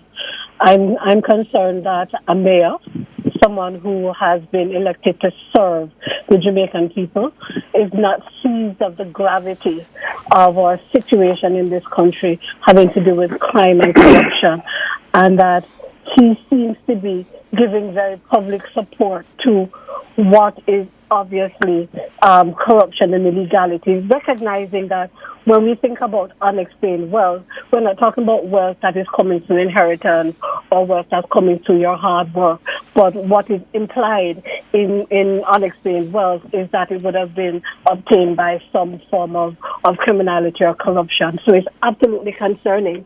And I believe that, and I speak on my own personal behalf here, that the mayor ought to be sanctioned. Mm-hmm. And Marlon, sorry, go ahead, Sanjay. Yeah, Marlon, you are on record calling for the mayor to resign, but we're yet to hear from the People's National Party, of which he's a member. How would you like to see the hierarchy of the PNP respond to this matter? Well, there's a tendency, Sanjay, in instances such as these, to effectively try to come with a spin, but I would say a political party, such as the PNP, would only be weaving a tangled web if in any respect it seeks to deceive. Now, any spinning in this matter or any excuse in relation to what we heard from Donovan Mitchell would be tantamount to insulting people's intelligence and, I dare say, offending the sensibilities of the Jamaican people. I think the mayor was quite clear in his utterance, and if you listen to the clip, the fact is that the PNP's Donovan Mitchell was a bit incensed and quite annoyed with the intervention made by the JLP's Omar Miller of the Craighead Division, in the sense that the councillor of the Craighead Division was, like many Jamaicans, expressing a view that it is ridiculous what these suspected lotto scammers do with their quote-unquote ill-gotten gains by using expensive alcoholic beverages, for example, to floss. And one of the mechanisms and exhibitions of flossing is when they pour it on objects such as cars, they pour it on other personal assets such as even articles of clothing, they wash their face with it and so on. And not only that, he went on, that is Councillor Omar Miller, to make the point that the scammers are essentially behind some of the violence, as the police would have determined, happening in the space. And what Donovan Mitchell did was to indicate that nothing is wrong with the action of the flossing action, which doesn't accord with how most Jamaicans feel about that show of idiocy. But he went further to indicate that there's nothing wrong with unexplained wealth. And as Anna Perkins indicated just now, unexplained wealth speaks to ill-gotten gains, really. It speaks to unlawful conduct, and in the context where we are losing lives. Right now, we have families in Mandeville and across Manchester and indeed elsewhere in Jamaica planning nine-night, planning grave digging, and planning funeral services as a result of their loved ones whose life have been cut short as a result of scamming-related and gang-related conflict. And Dr. Perkins, you indicated that sanctions should be brought against the mayor, but do you think it rises to the level that he should resign? I'm not in a position right now to speak to whether he should resign or not, but what I do think should happen is that some kind of sanction should be applied to this man. He needs, and it's clearly not the mayor alone. I think the mayor fits into a kind of profile of too many of our political leaders, from top to bottom, however we might want to define it, who see ill-gotten gains as just a part of the spoils that comes with having political office. And I think that's what we have to push back against very, very strongly. And so part of the concern that we're bringing is recognizing that we're functioning with political operatives of this kind who don't see any issue with ill-gotten gains, that we have to make sure that there are laws in place, that there are practices and procedures in place that can help us to push back significantly against corruption. And that's part of the reason we're so concerned that the unexplained wealth orders that have been promised, that have been signed off on since 2020 are still in the concept phase, right? And we recognize that this is becoming a sort of international phrase for work not done. You know, so we have concepts on X or something is still in the concept phase. And so we're very, very concerned that those unexplained wealth orders have not yet come forward and become part of our legislation so that they can fill the gap that exist in our poker legislation and so on. And we recognize and we're hearing, it's going to be some constitutional problems and so on. We have some very brilliant constitutional minds in Jamaica who have already looked at and spoken to it. We have the examples that are there in Trinidad and Tobago and the UK and so on. So we have to ask the very, very significant question.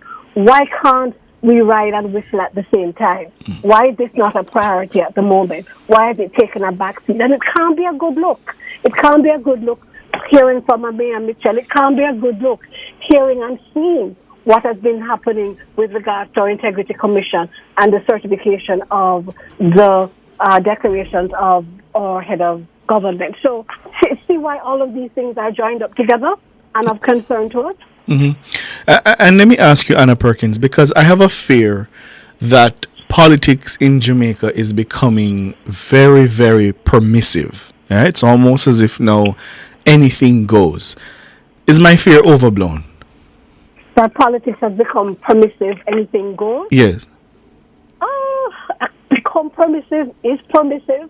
We know that in spaces of power, people are always going to find themselves tempted, whether, someone from the outside is going to put some kind of pressure on them, or they see opportunities where they can gain. And so what we do know is that many of us don't function and listen to our better angels. So we know the importance and the value of our legislation, our laws need to be in place. And at the same time, we also have to work hard at inculcating and improving how people understand what it means to be a good person, what it means to be a good Jamaican person, what it means to be a good politician. And for us to recognize that people who enter political life are called to a higher order. Their call is a call to service. It's not about self-aggrandizement. It's really about doing all that you can to serve those that have put you in office.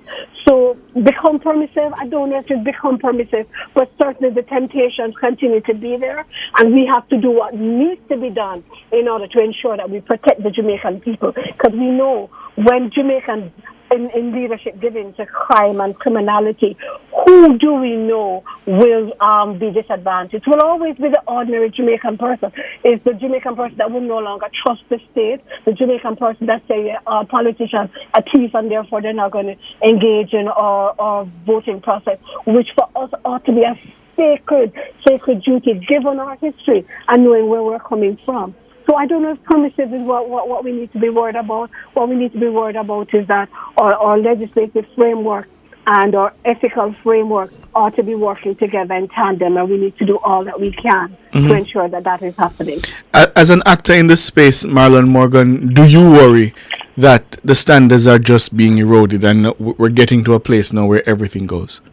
Absolutely. I absolutely share that concern, and I decry what seems to be emerging as a more permissive and watered down politics. I'll tell you why.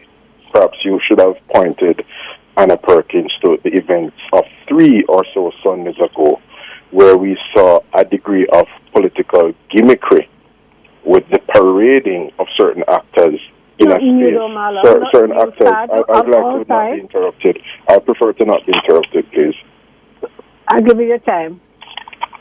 We'll allow you to respond, Dr. Perkins. Go ahead, Marlon. And the kind of false equivalency and distracting viewers and listeners with a kind of drawing parallels is the kind of dialogue that does not serve the body politic and the Jamaican people well.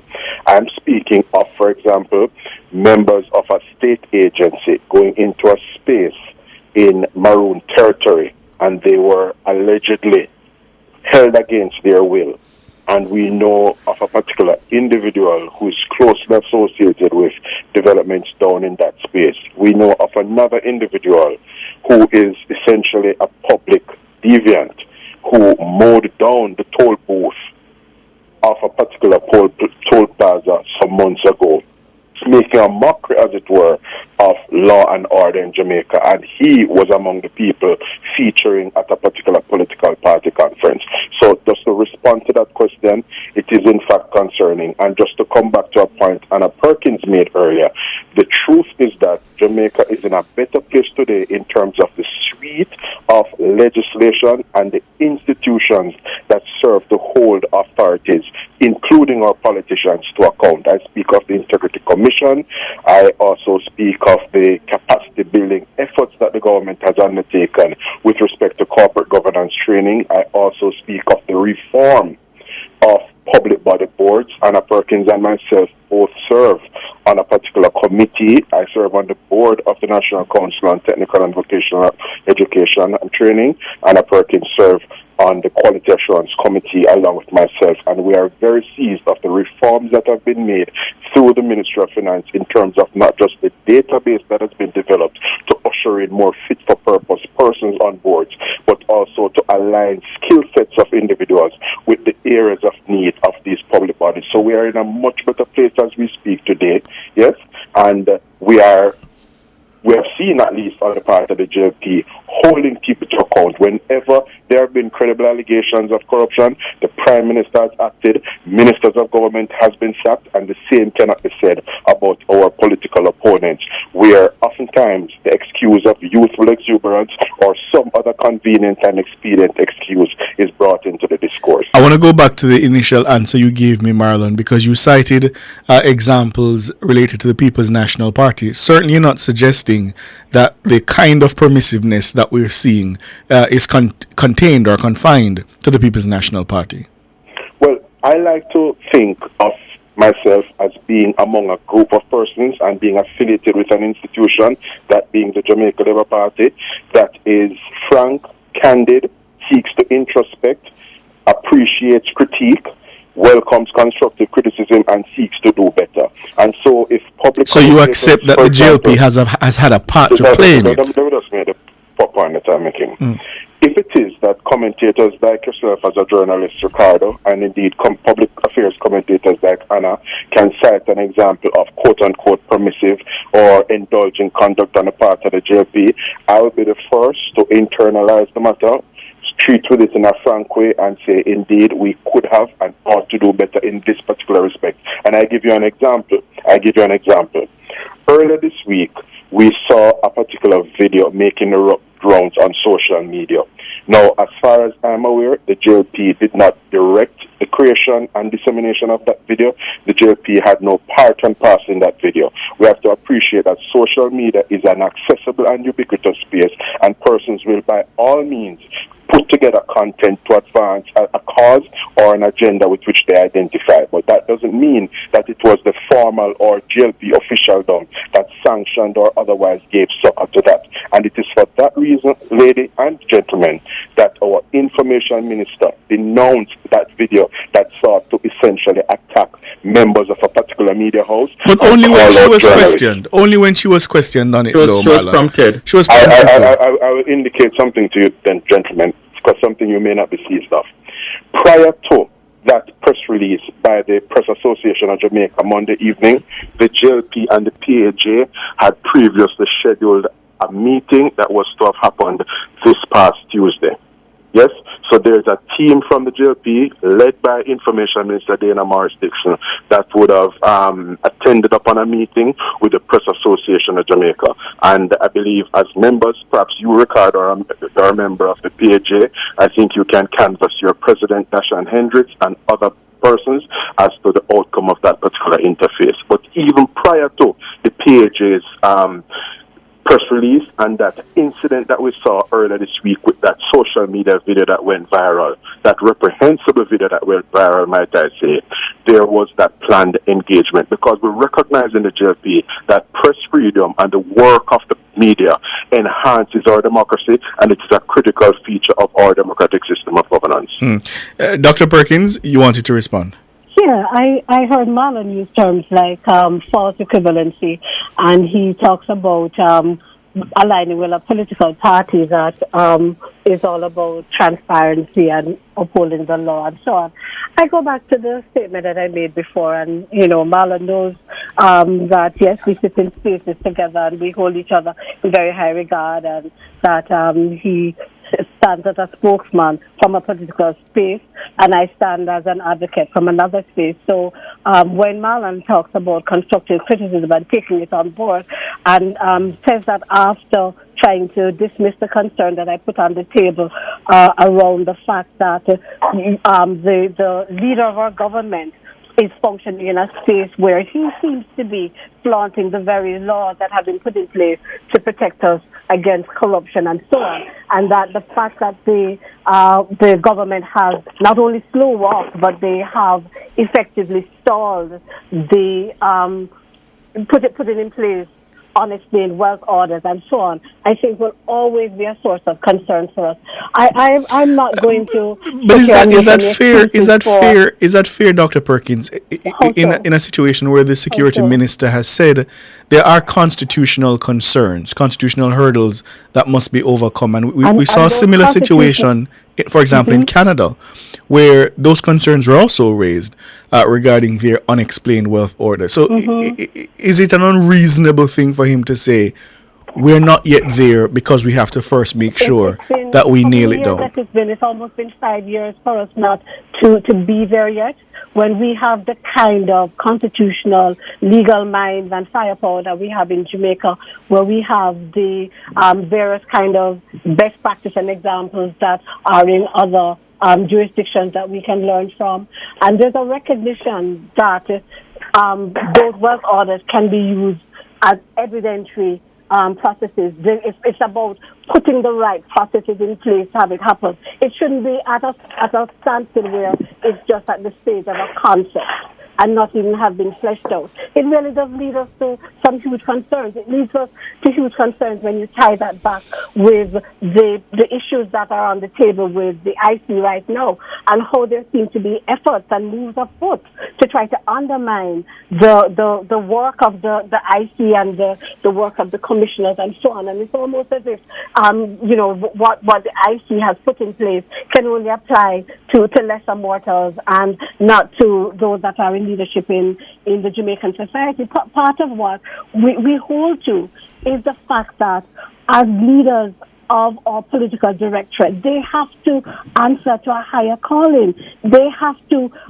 stand up and allow themselves to be counted with regards to the high moral standard that they claim to hold and that they hold others that report to them too.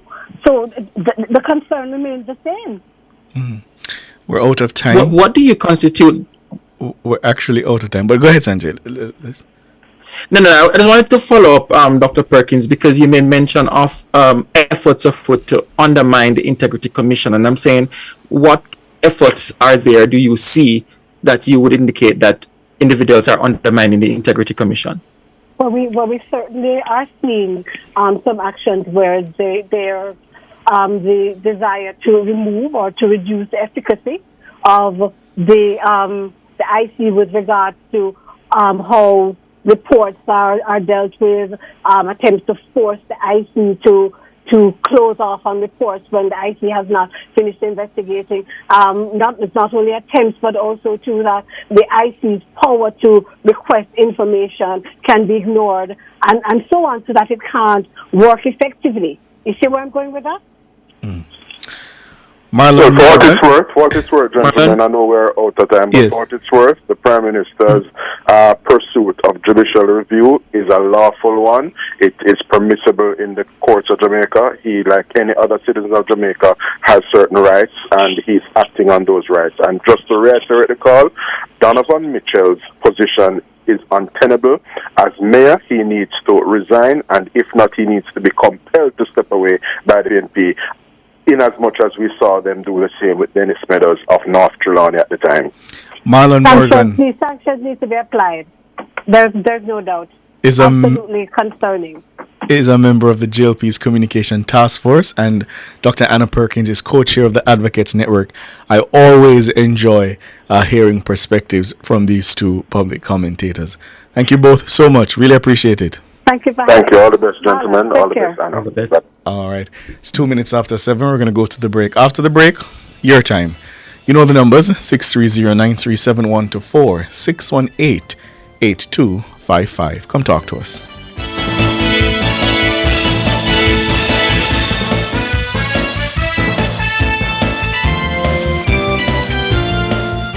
Nation's Business was brought to you by BH Paints. Paint it, love it with BH Paints.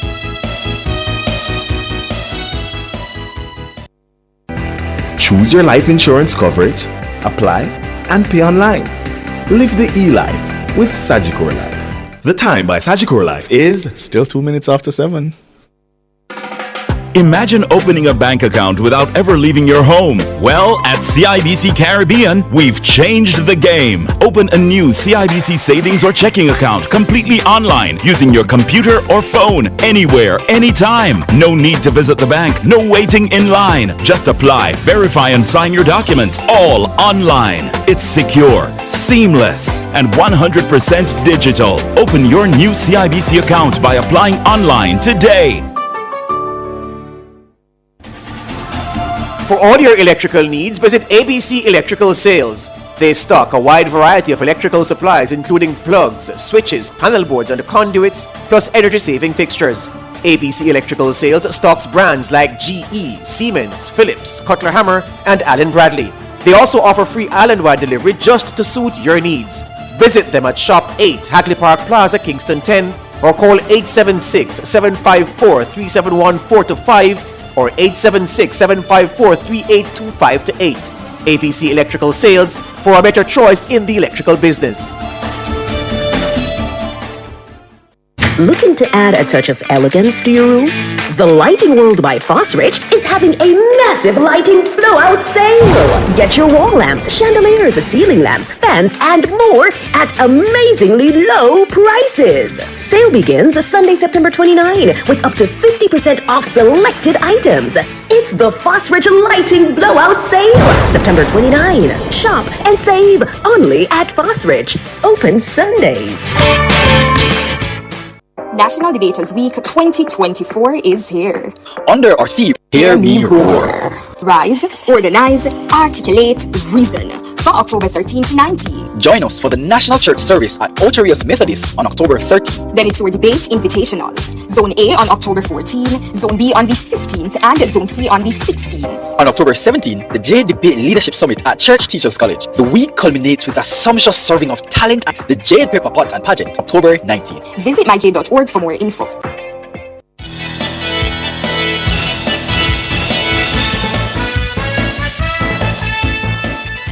5 minutes after 7, you're tuned into Nationwide at 5 this lovely Friday evening. It's time for us to hear from you. I'm Ricardo Brooks. And my name is Sanjay Lewis. And to remind you of the numbers, 630-937-124, 618-8255. Albert, you're up first. Good evening. Good evening. Good evening, gentlemen. Albert. How are you? Doing well. How are you? Well, I'm giving thanks. You know, I just want to ask a question because I would have think that human learn from other people's mistake, don't it? They should. They should. We should. Yes. We should. Okay. I remember clearly that the first time we forward sell anything, the forward sell backside to a man named Mark Rich didn't pan out too well. We did it again, I think, in the 90s under Omar Davis. And while it did not pan out well, I think that the economy, both times were under stress. But I cannot understand how, by your standard, we have the best finance minister since independence. By the promotion, we are in the best fiscal space ever.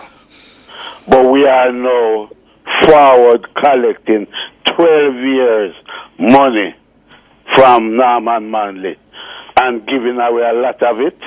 For what reason? Does that make sense? Albert. I'm not following though. What? Albert? Yes. You consistently come here to question the stewardship of Nigel Clark. Isn't he a public servant? Yes. No. I'm not saying you are not to. But I have come to the conclusion that nothing I say will change your mind on that score. that you do not believe that he has been an effective finance minister. And we've had this argument about so many other areas of the portfolio.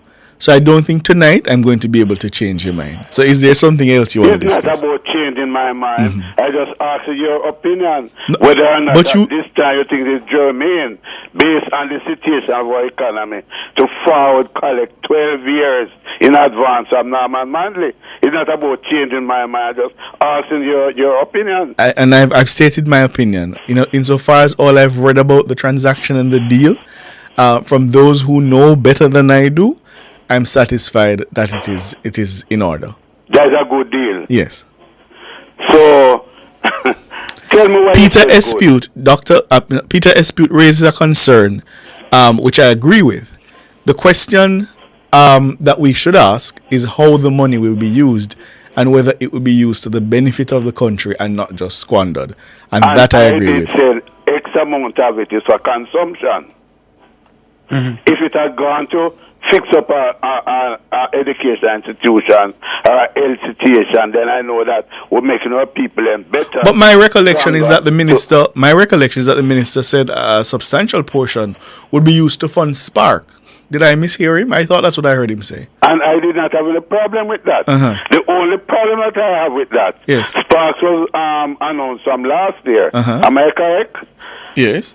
So from last year, we were negotiating to collect up front to fix the road. From last year, what? When Sparks announced last year, am I correct? I think it was last year, yes. Right. Yes. So at that time we announced it.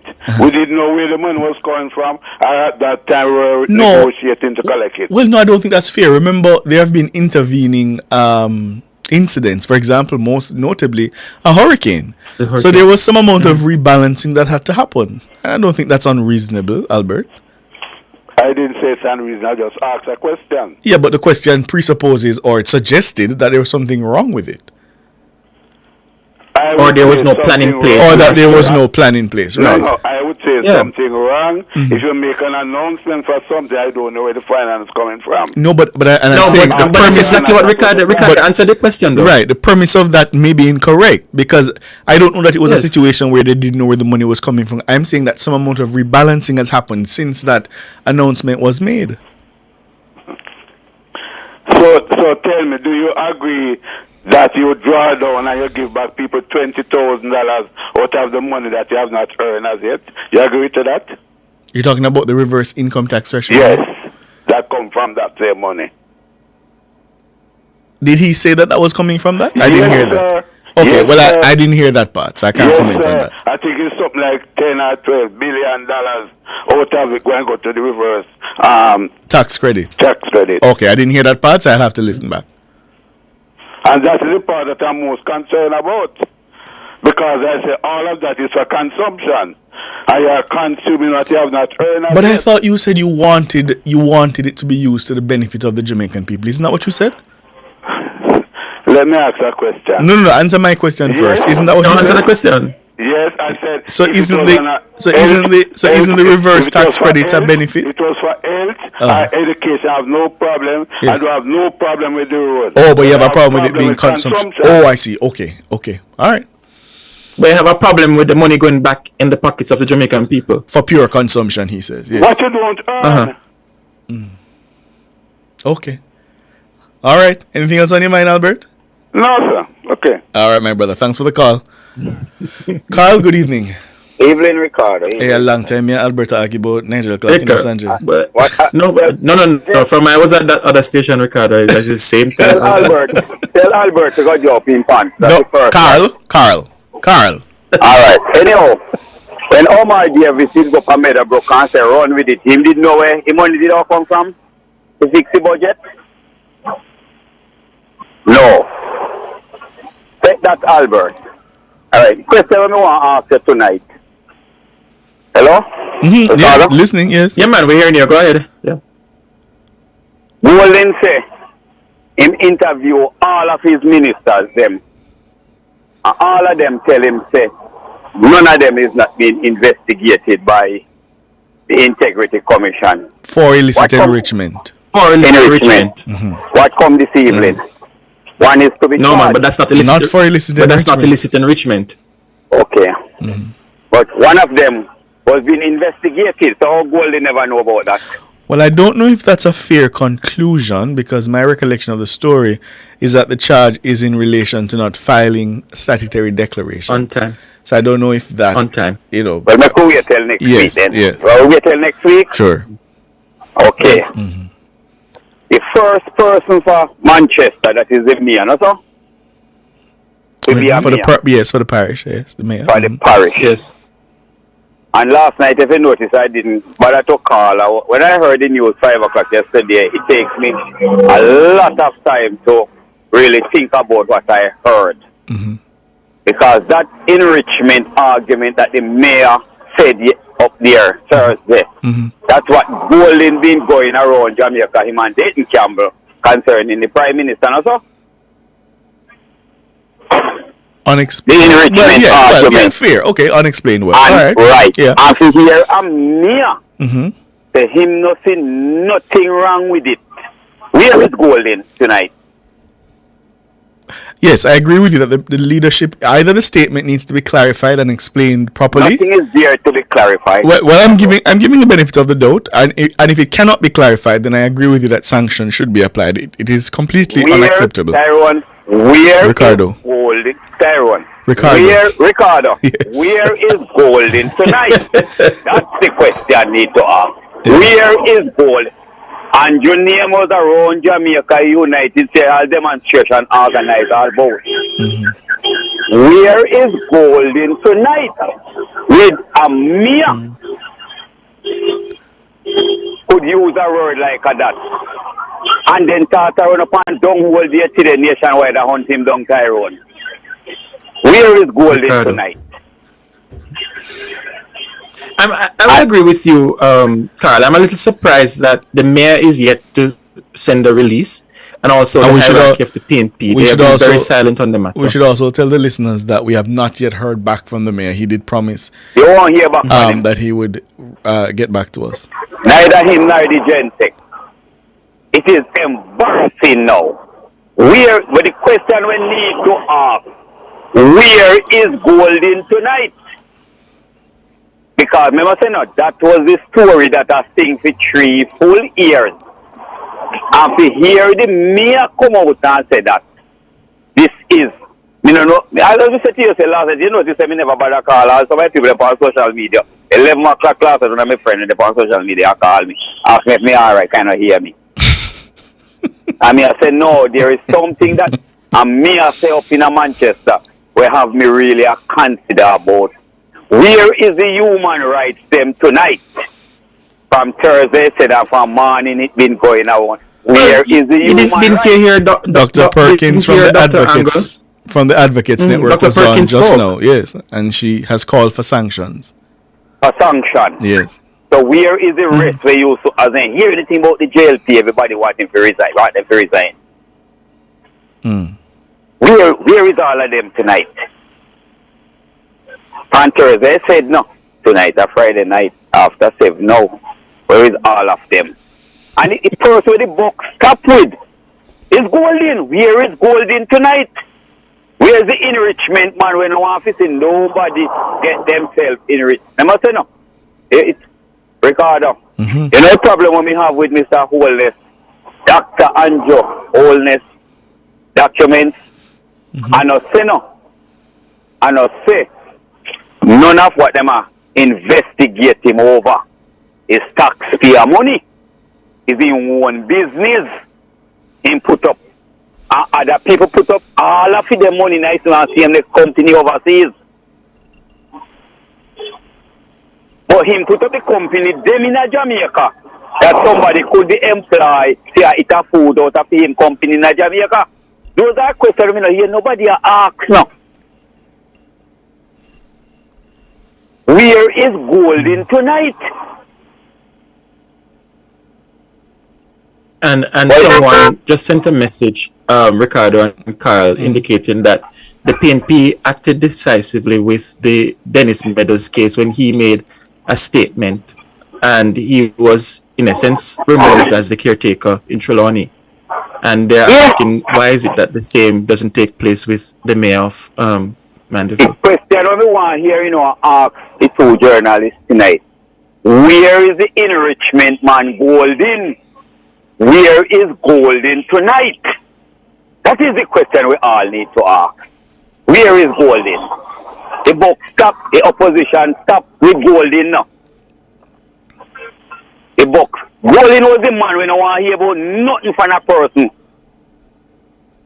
Can't drive one good vehicle because you enrich yourself there. So. And one of his strong member said that now. Where is Golden from morning? All right, Carl. Here you call. Cleveland, good evening. And just to good evening. And just to correct. Good Good evening, Cleveland. Just to correct. Remember, me talk it last night, before you start, Cleveland, I just want to correct something. Because I might have misled the listeners. The first citizen of a parish is actually the custos rotalorum and not the mayor. So the custos, who represents the governor general in each parish, is the first citizen. Yeah, so not the mayor. But and I think I said something about Meadows having a seat. I don't recall saying that, but as the caretaker. Right. If I said a seat, I meant the caretaker. Yeah. Yes, Cleveland. Yes. You know something? I realize that you people are young people, so some people are calling and talk to you and say things. You don't even know nothing about them past and so on. Mr. Gray. You try to ask your boss about Mr. Gray. He always come on in later days and try to make the JLP people them look bad. And him always trying to defend Mr. Omar Davis. But you must let him know that he can't compare Mr. Davis with Mr. Clark. Mr. Clark. Oh, you're referring to Albert. Albert, who's you're calling Mr. Gray? Yes. Oh, I see. Okay. Mm-hmm. It's Albert Gray. Okay. Mm-hmm. Yeah, man. Oh, we wouldn't. Yeah. We wouldn't know the do some investigation. I don't know them like you, Cleveland. Yes. Do some investigation, please. Okay. Right. Now the government put in a plan and get back some money from the airport thing, and the government go and spend it, and sure they're not going to run with it, like what Mr. Davis do. And I need to double check that thing about part of it going to fund the reverse income tax credit. I don't. Yeah, I was checking that actually, Ricardo. That released from the ministry. I'm not seeing that at all. Yeah, and I'm still trying to find that part. I know the minister gave a presentation in the parliament. Sonia, could you ask Siobhan? Just ask Siobhan, the parliamentary reporter. Yeah, because I don't recall hearing that. I heard about Spark. But I don't recall hearing that. So I just. But this last year, Sparks did announce? Was it last year or the year before? I know the Prime Minister mentioned it first, and then we got more details. I think it was last year. Yes, I think so. That one's so short. But anyhow, but Mr. Gray don't need to come criticize the JLP government because they're doing much, much better than when your government was in. We suffer under their money business and their economy.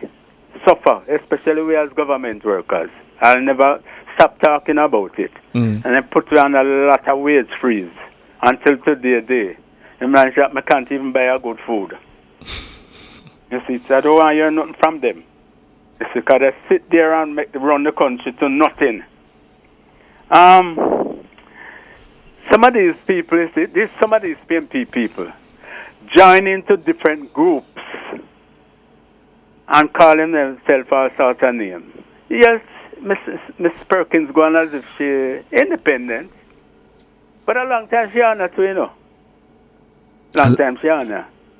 And them go get into these groups and call themselves different names. But as you hear the talking, she go around just trying to throw word upon the Prime Minister. And that's the thing with us here. That's why. You know what I wonder, Cleveland? If JLP supporters have such a difficulty with civil society in terms of you all, think everybody in civil society is out to get the government. Why doesn't the JLP supporters form their own civil society organization? we really don't have no time for them something there. No, but that is a part of belonging to a democratic society. No, man. And the advocacy is important. Hold on, Cleveland. No, that is a part of belonging to a democracy and having civil society. So you could have Citizens for Prosperity. May I give one name? Citizens for Prosperity. And you can use that to advance your particular causes. All of them come up as the JLP is in power. All of them farm. And that is why I am saying, why don't JLP supporters form their own civil society? If it is, because I don't know that all of civil society is PNP, but if it is that you all are claiming that, why don't you just form your own group? But your station probably would have carry the two sides of the story. Because that news. No, but you're saying that how many civil society groups Cleveland formed since the JLP came in power? I don't hear it. Cleveland? I remember I tell you I listen news. You see? The Cleveland. They pick what they want to tell us. That's why sometimes you will get, they will go against, because they're not telling us everything. Which I don't mind. Tell us the news, whether they're good or bad, and JLP and what have you. Right? But some of these people, oh Lord, I don't want to listen to none of them, because they're the same old people that we've been listening over all these years. But the JLP really have a pack. I can rate the PNP for that.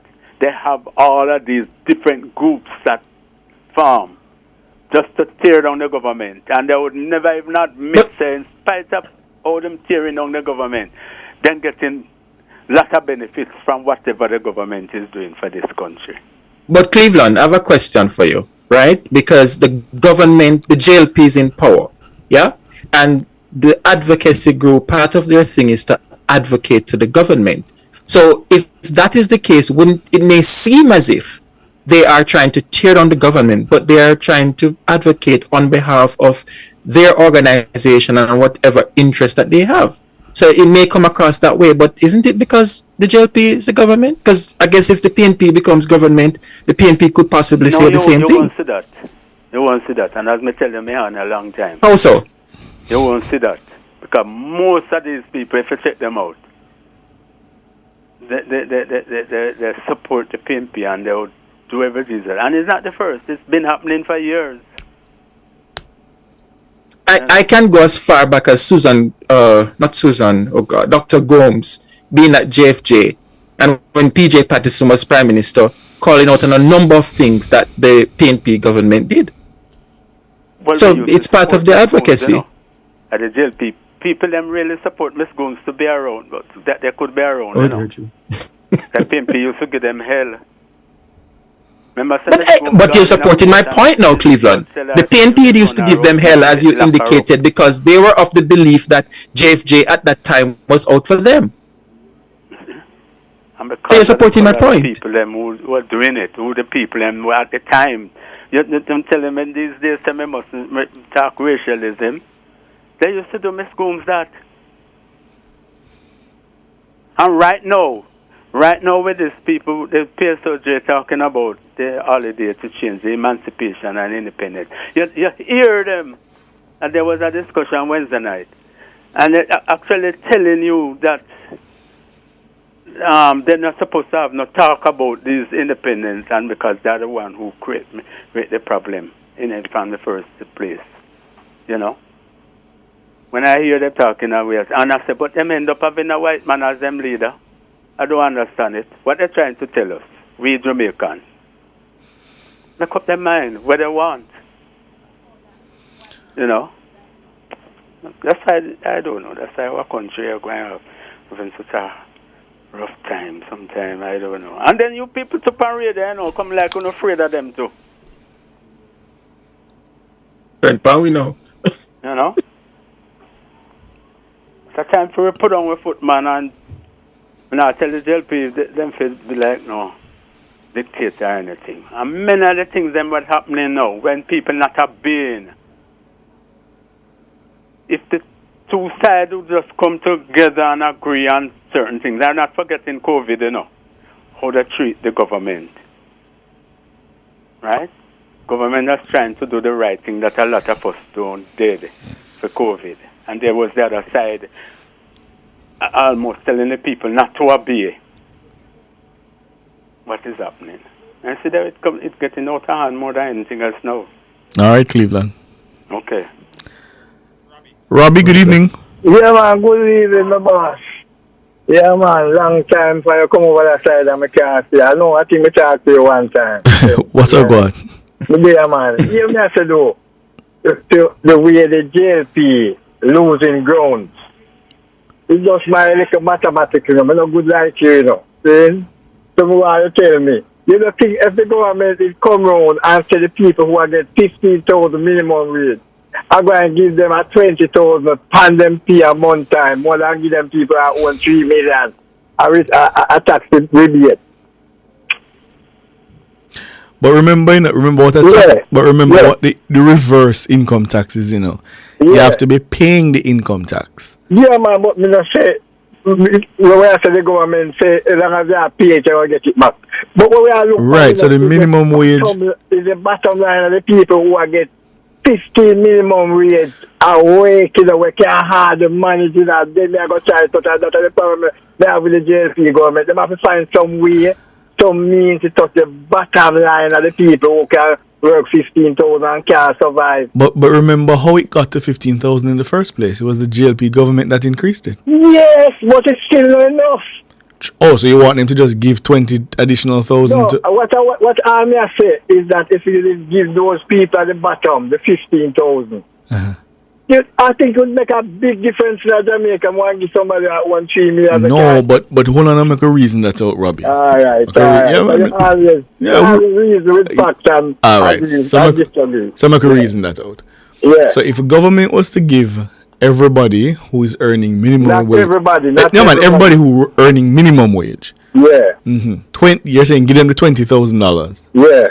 That money has to come from somewhere, you know. Robbie. The money will come from somewhere too. Yes, but these people who are benefiting are paying income taxes. They filed. No, but them pay it because but we have to help some people when need it.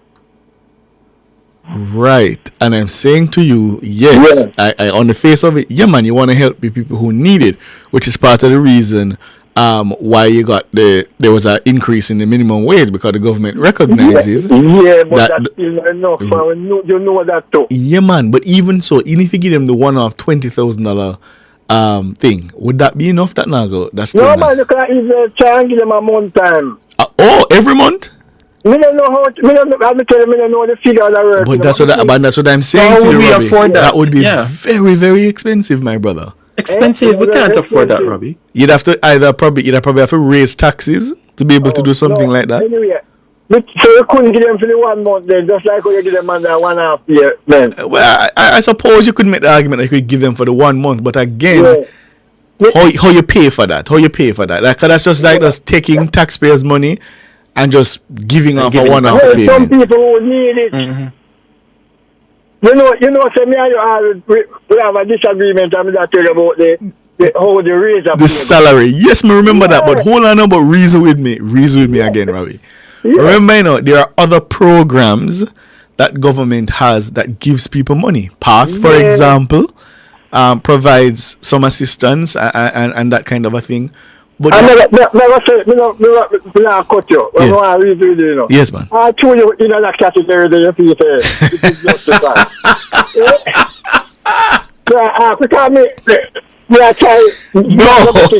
No, here, Robbie, you get me that trouble, you know. No, man. What I am saying, my brother, is I get your reasoning that you want the people who are in a hard position to get some help. I get that. And I think that is reasonable for you to call for. And that's where this government failing, me boss. No, but I don't think that is fair though, Robbie. Yeah, man. Let me tell you why I think it's fair now. Increase the allocation to PATH. They have increased the minimum. Hold on. They have increased the minimum wage. They've given subsidies on bus fares. All of that in billions of dollars. You know, hold on. We're not finished yet. They've increased benefits for pensioners, old people. They've made heart trust NTA free programs. So when you say they're not doing anything for the people, it's a targeted approach. I didn't say that. I didn't say. Okay, what did you say? What did? Oh, it's not enough. Yeah, man. That's what I'm saying. All right. So I'm not telling you. Am I going to support them too, you know? So watch me now. When you say it's not enough, watch me now. Prime Minister made a comment the other day, and I see people ridicule him for it when he says, "Good economic management can yam." You know what that means essentially? Yeah. That the better we get at economic management, and the more we solidify those gains, is the more we will have to do the more of the things that you're asking for. Asking for, yeah. You get me? Because remember, as Sanjay just said, it's targeted.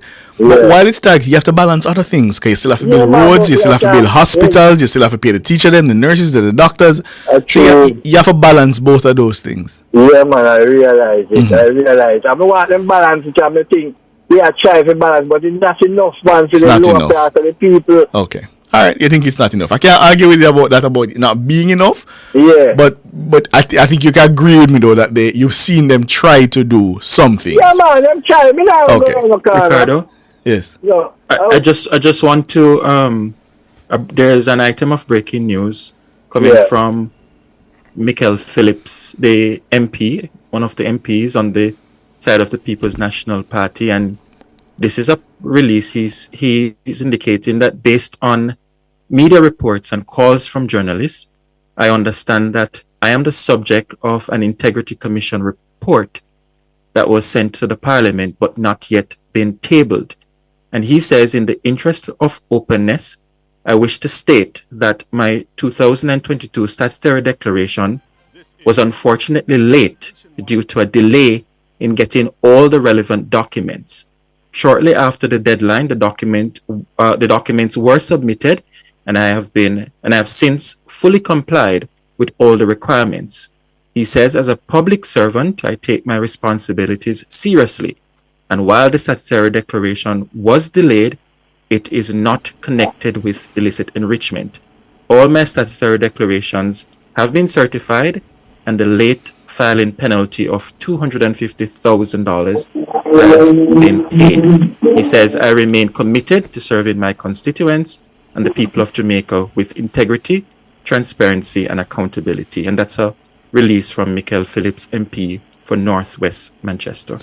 So, listeners, the item of breaking news, the Member of Parliament for Northwest Manchester has confirmed a story you heard here first in the 5 o'clock bulletin. He has confirmed that he says he understands that he's a subject of an Integrity Commission report that was sent to Parliament but has not yet been tabled. He says, in the interest of openness, I wish to state that my 2022 statutory declaration was unfortunately late due to a delay in getting all the relevant documents. Shortly after the deadline, the documents were submitted, and I have since fully complied with all the requirements. So you heard in our 5 o'clock bulletin that a member of the opposition People's National Party is indeed the subject of a report sent by the Integrity Commission to the Parliament. Michael Phillips, seemingly in this release, is accepting or identifying himself as the subject of that report. And you heard it in our 5 o'clock newscast. Yeah? All right. Delroy, good evening. Hi, good night, good night. How you all doing? Doing well, how are you? Good evening, Delroy. Good. I'm great, man, I'm great. Yes, with that release, Steve Knife, stick the goat, stick the sheep. It's only labor right alone can subject to investigation. Yes, one thing I want to ask. One question I want to ask is that is government rule change in Jamaica area? I mean, like the Mitchell from Manchester. He can go and tell the police them where to work and what time to do them job and whatever. Is that law change? Wait, go again. If what? Like the mayor from Manchester.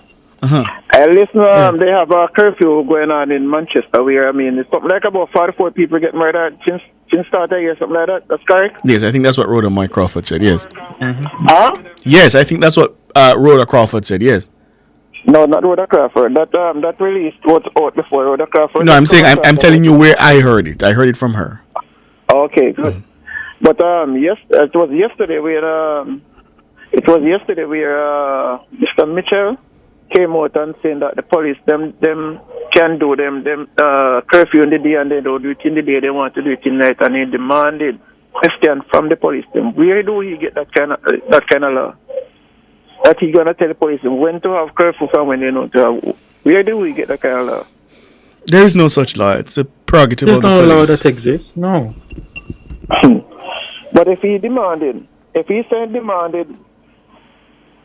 statement from the police, then that means he have a different law. That is, I don't know if one law is there for the labor right, one law for the PNP or whatever. Because what statement is he demanding from the police? Because the police, what he's saying that the people in the community they can go out and do them business during the night. And then with the police, them having curfew, it's like they're blocking people in front of their job. You know, like business people can easily open their shop or their bar and anything like that. But the police, them blocking them because them having night curfew. So he don't want that to be happen. So I don't know. So to me, but the mayor cannot direct the police though. He can maybe suggest that the curfew that they have, they should try and facilitate business operators, but certainly he can't direct the police as to what to do. No, but if he demanded question from the police them, that means he have more powers for the police them to do curfew in the day and not to do in the night. So I'm not so sure him asking or even demanding constitute that he has more powers. Huh? It doesn't. If he's even demanding that the police give an update as it relates to that, it doesn't constitute him having powers over the police because he doesn't. Sometimes we sometimes we go out there we lash the police, the man, this and that, but we benefit plenty time from what's going on because plenty people know that many things go on night more than in the day, and if you know, you're gonna go out there and say that you're demanding question that many police they have no authority to work in the night to do curfew, they must do it in the day. Plenty people don't do things in the day, they do plenty in the night. So if you're demanding as a mayor, that means he must be benefit from what's going on in the night. No, I don't know how you come to that conclusion at all. I can't agree with that at all. Obviously, there are businesses that operate at night, parties, wholesales, and supermarkets have to close earlier. No, I wouldn't ascribe any kind of motive in that way. No, not at all. Well, I tell you something. If this was a labor right mayor, it would be a big ever system come out of this. You know that, and we know that. All right, my brother. Hello? Yes, we're listening to you. Finish your point. Yeah, we're listening. What I'm saying, if there was a labor mayor come out and say that, it would be a big things out of that. But the PNP just say that and it just go down like that. I don't understand that. And now with Miguel, how come that Miguel as a PNP could be under investigation? That's not supposed to sound right. Hold on. He's not under investigation. No, he's not under investigation. And I want to be clear that our report did not say he was under investigation. The statutory declarations, statutory declarations were late. And under the law, the director of investigation had cause to recommend prosecution. So the Integrity Commission, they must making some mistake because they don't realize the PNP they're talking about. It's not labor right. They're making some mistake, man. All right, my brother. Thanks for the call. Lloyd, good evening. Good evening. Good evening, Lloyd. Good evening to both of you. You hearing me? Yes, we are. Yes, we're hearing you, Lloyd. Yeah. As Cleveland was saying that the younger journalists does not know about some of the things that have happened in the past. Now, I'm going to say something briefly. When you hear said that the police must shoot and ask questions after, there's a number of civil society organizations that was formed immediately after. Now, when the Michael Manley administration came into power, they all dissolved and went into hiding. One of the greatest crimes against corruption was the murder of Ted O'Gilvy. That's the former permanent secretary? Exactly. Mm-hmm. He was killed because he was defending taxpayers' money. Mm-hmm. Yes. At the time, cash program workers were getting $26 a week. And the bad man, them who got contract right through Jamaica, and especially McGregor Bunny contract, were getting 8,000 up to 16,000 per week.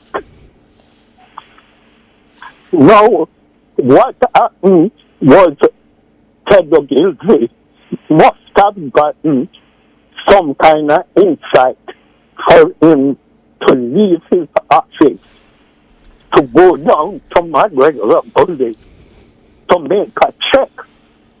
When he went there, not even a stone was put in place. And the quantity surveyor at the time was putting in several bills that was paid out without any work being done there. I happened to know the quantity surveyor because I had worked with him previously.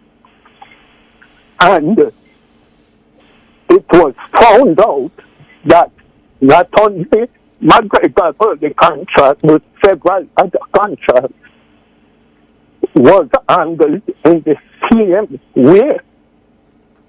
Now, before all of these could explode, Mr. Ogilvy was killed. You know what is the most grievous thing that took place? The men that was suspected was caught off to Cuba. Now, any sensible person would know that no two Jamaican could go to Cuba and just be accommodated. Just even if that today.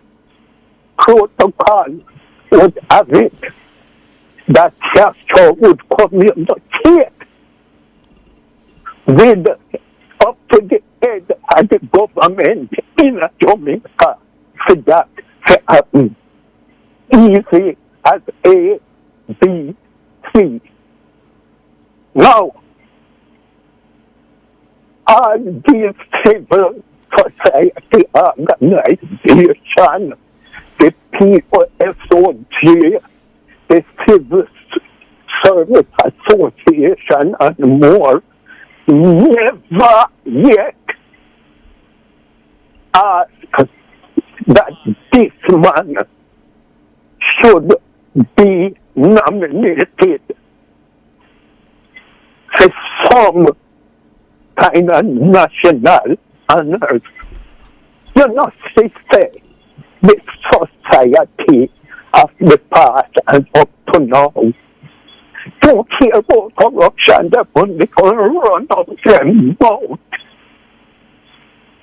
And people like Mr. Gray, his party used to talk about all the burden of the PAYE people then, and they must get at ease, especially when they come on to elections, but they have never done anything. Now, those people who pay taxes and more people who was paying taxes when monthly international airport was built. People like Mr. Gray, to them not get nothing, them not want to see other people get. And come from radio and attack a whole bag of crap. The same. And them people that would pay PAYE and them set up all kinds of things where government are collect money from. All right, Lloyd. Thanks for the call. Omalo, good evening. Yeah, good evening. Good evening, Sanjay. Good evening, Omalo. Good evening, Sanjay. Good evening, Ricardo. Good evening, Omalo. Ricardo, you know what I've noticed? What's up? I noticed that, you know, the colonial mindset of the black Europeans that are in the managerial class in Jamaica, they don't like the naturalness of the masses of Jamaica. It feels like, oh, Jamaicans look, or, oh, you say black people, they have a problem with it. I wonder where this is coming from. Because I don't see white people regulate their people the way all these black Europeans regulate Jamaicans. Why you call them black? Why you call them black Europeans? Huh? Why you call them black Europeans? Because that is the mindset. The mindset that they have is the whole colonial European mindset that used to look at the slave or look at the people in colonial days and discredit the way they look and try to make them inferior. And everything about what these people do in managerial position in Jamaica. That is almost what they try to do to the masses of people. The same thing they try to apply. As if the naturalness of we Jamaicans, something is wrong with it.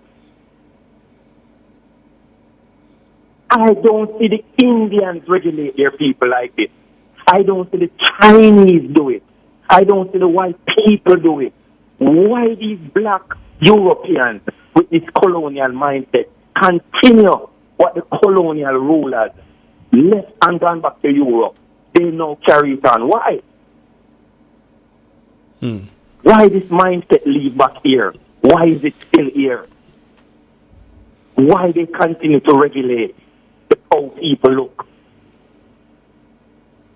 You can't help me with the answer, because No, I can't. My best guess is that there's some amount of internalized animus to just blackness and black hair.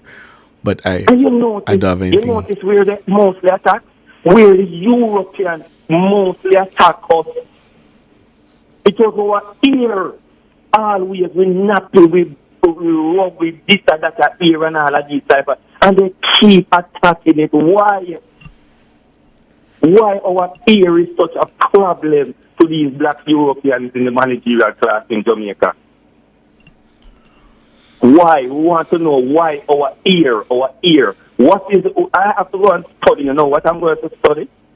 The power of ear. What really is the problem with ear? Why the Europeans them attack it and leave these black Europeans continue carrying on what they have left? Why? I just want to know why. But I will tell the people of DC Pastor something. You have a thing they call it your dollar vote. Stop giving people your money that don't respect and honor the way you are naturally. If you remove your money from that institution, the managerial class over there will have to go and regulate their household, where most of them cannot tell their wife or their husband how to dress. Don't give people your money that don't respect your naturalness. You have a power here in Jamaica. Jamaicans, you have a power. It's your money. You have that power to remove it from institution or private business that don't respect you. Don't cry. Just don't give them your money. All right, Tomalo. Thanks for the call. All right, Tomalo. Thank you. Yeah. Sonia is so dramatic. It's funny. Yeah, this matter of here, it keeps coming up. And I continue to wonder why. I don't have an answer. So Omalo's, I thought we were over it, Ricardo, after that ruling from the Court of Appeal. No, I was sure it wouldn't be over. But what I am surprised at is that a tertiary institution would have that kind of. But I suppose, as the good lecturer said, they're preparing them to be teachers, and I don't know. Yeah, but what about those? Are teachers allowed to have cornrows? I don't know.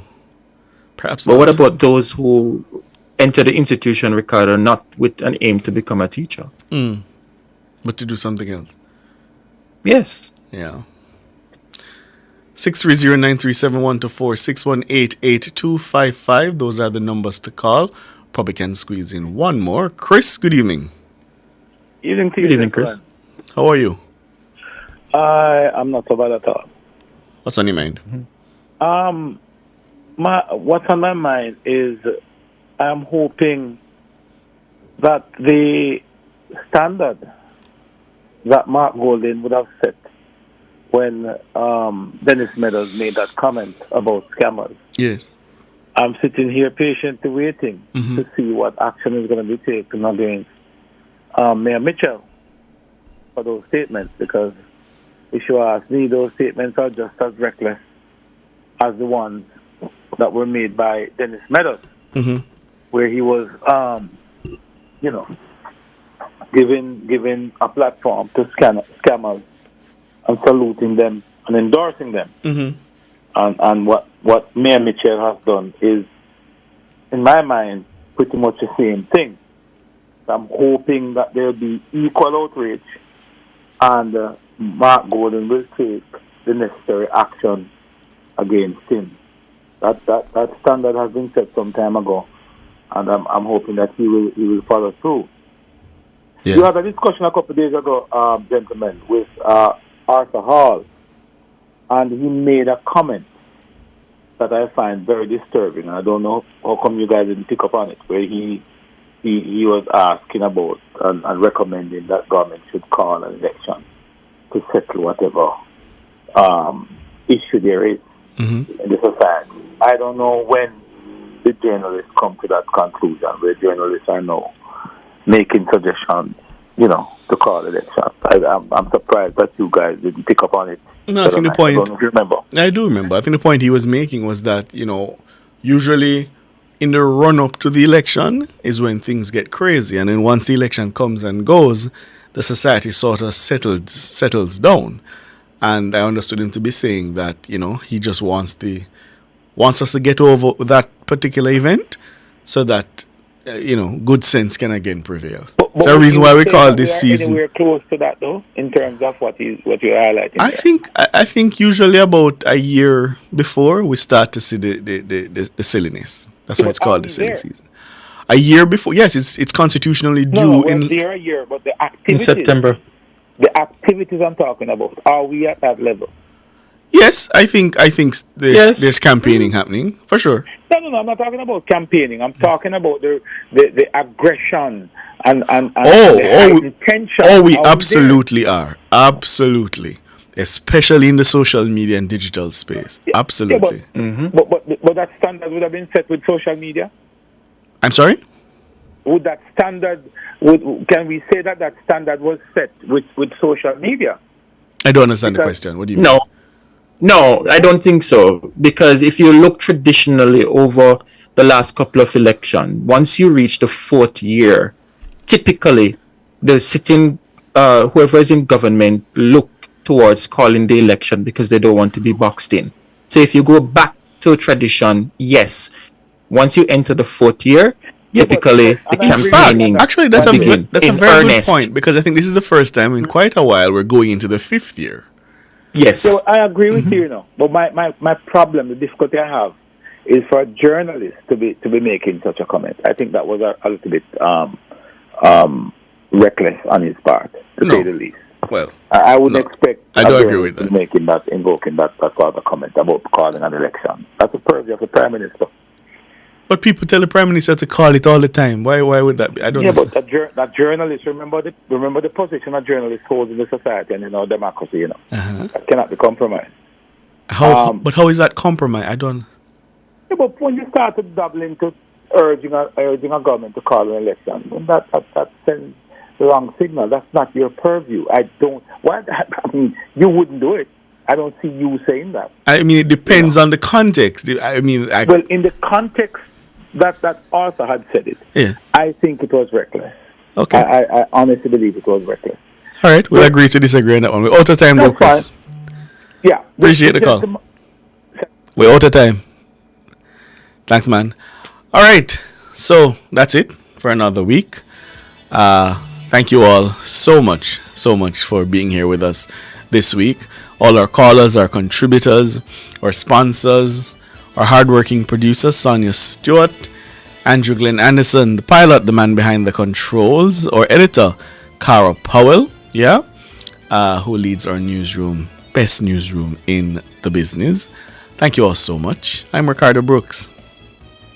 My name is Sanjay Lewis, and I'm wishing for you a wonderful night and an extraordinary weekend. Good evening.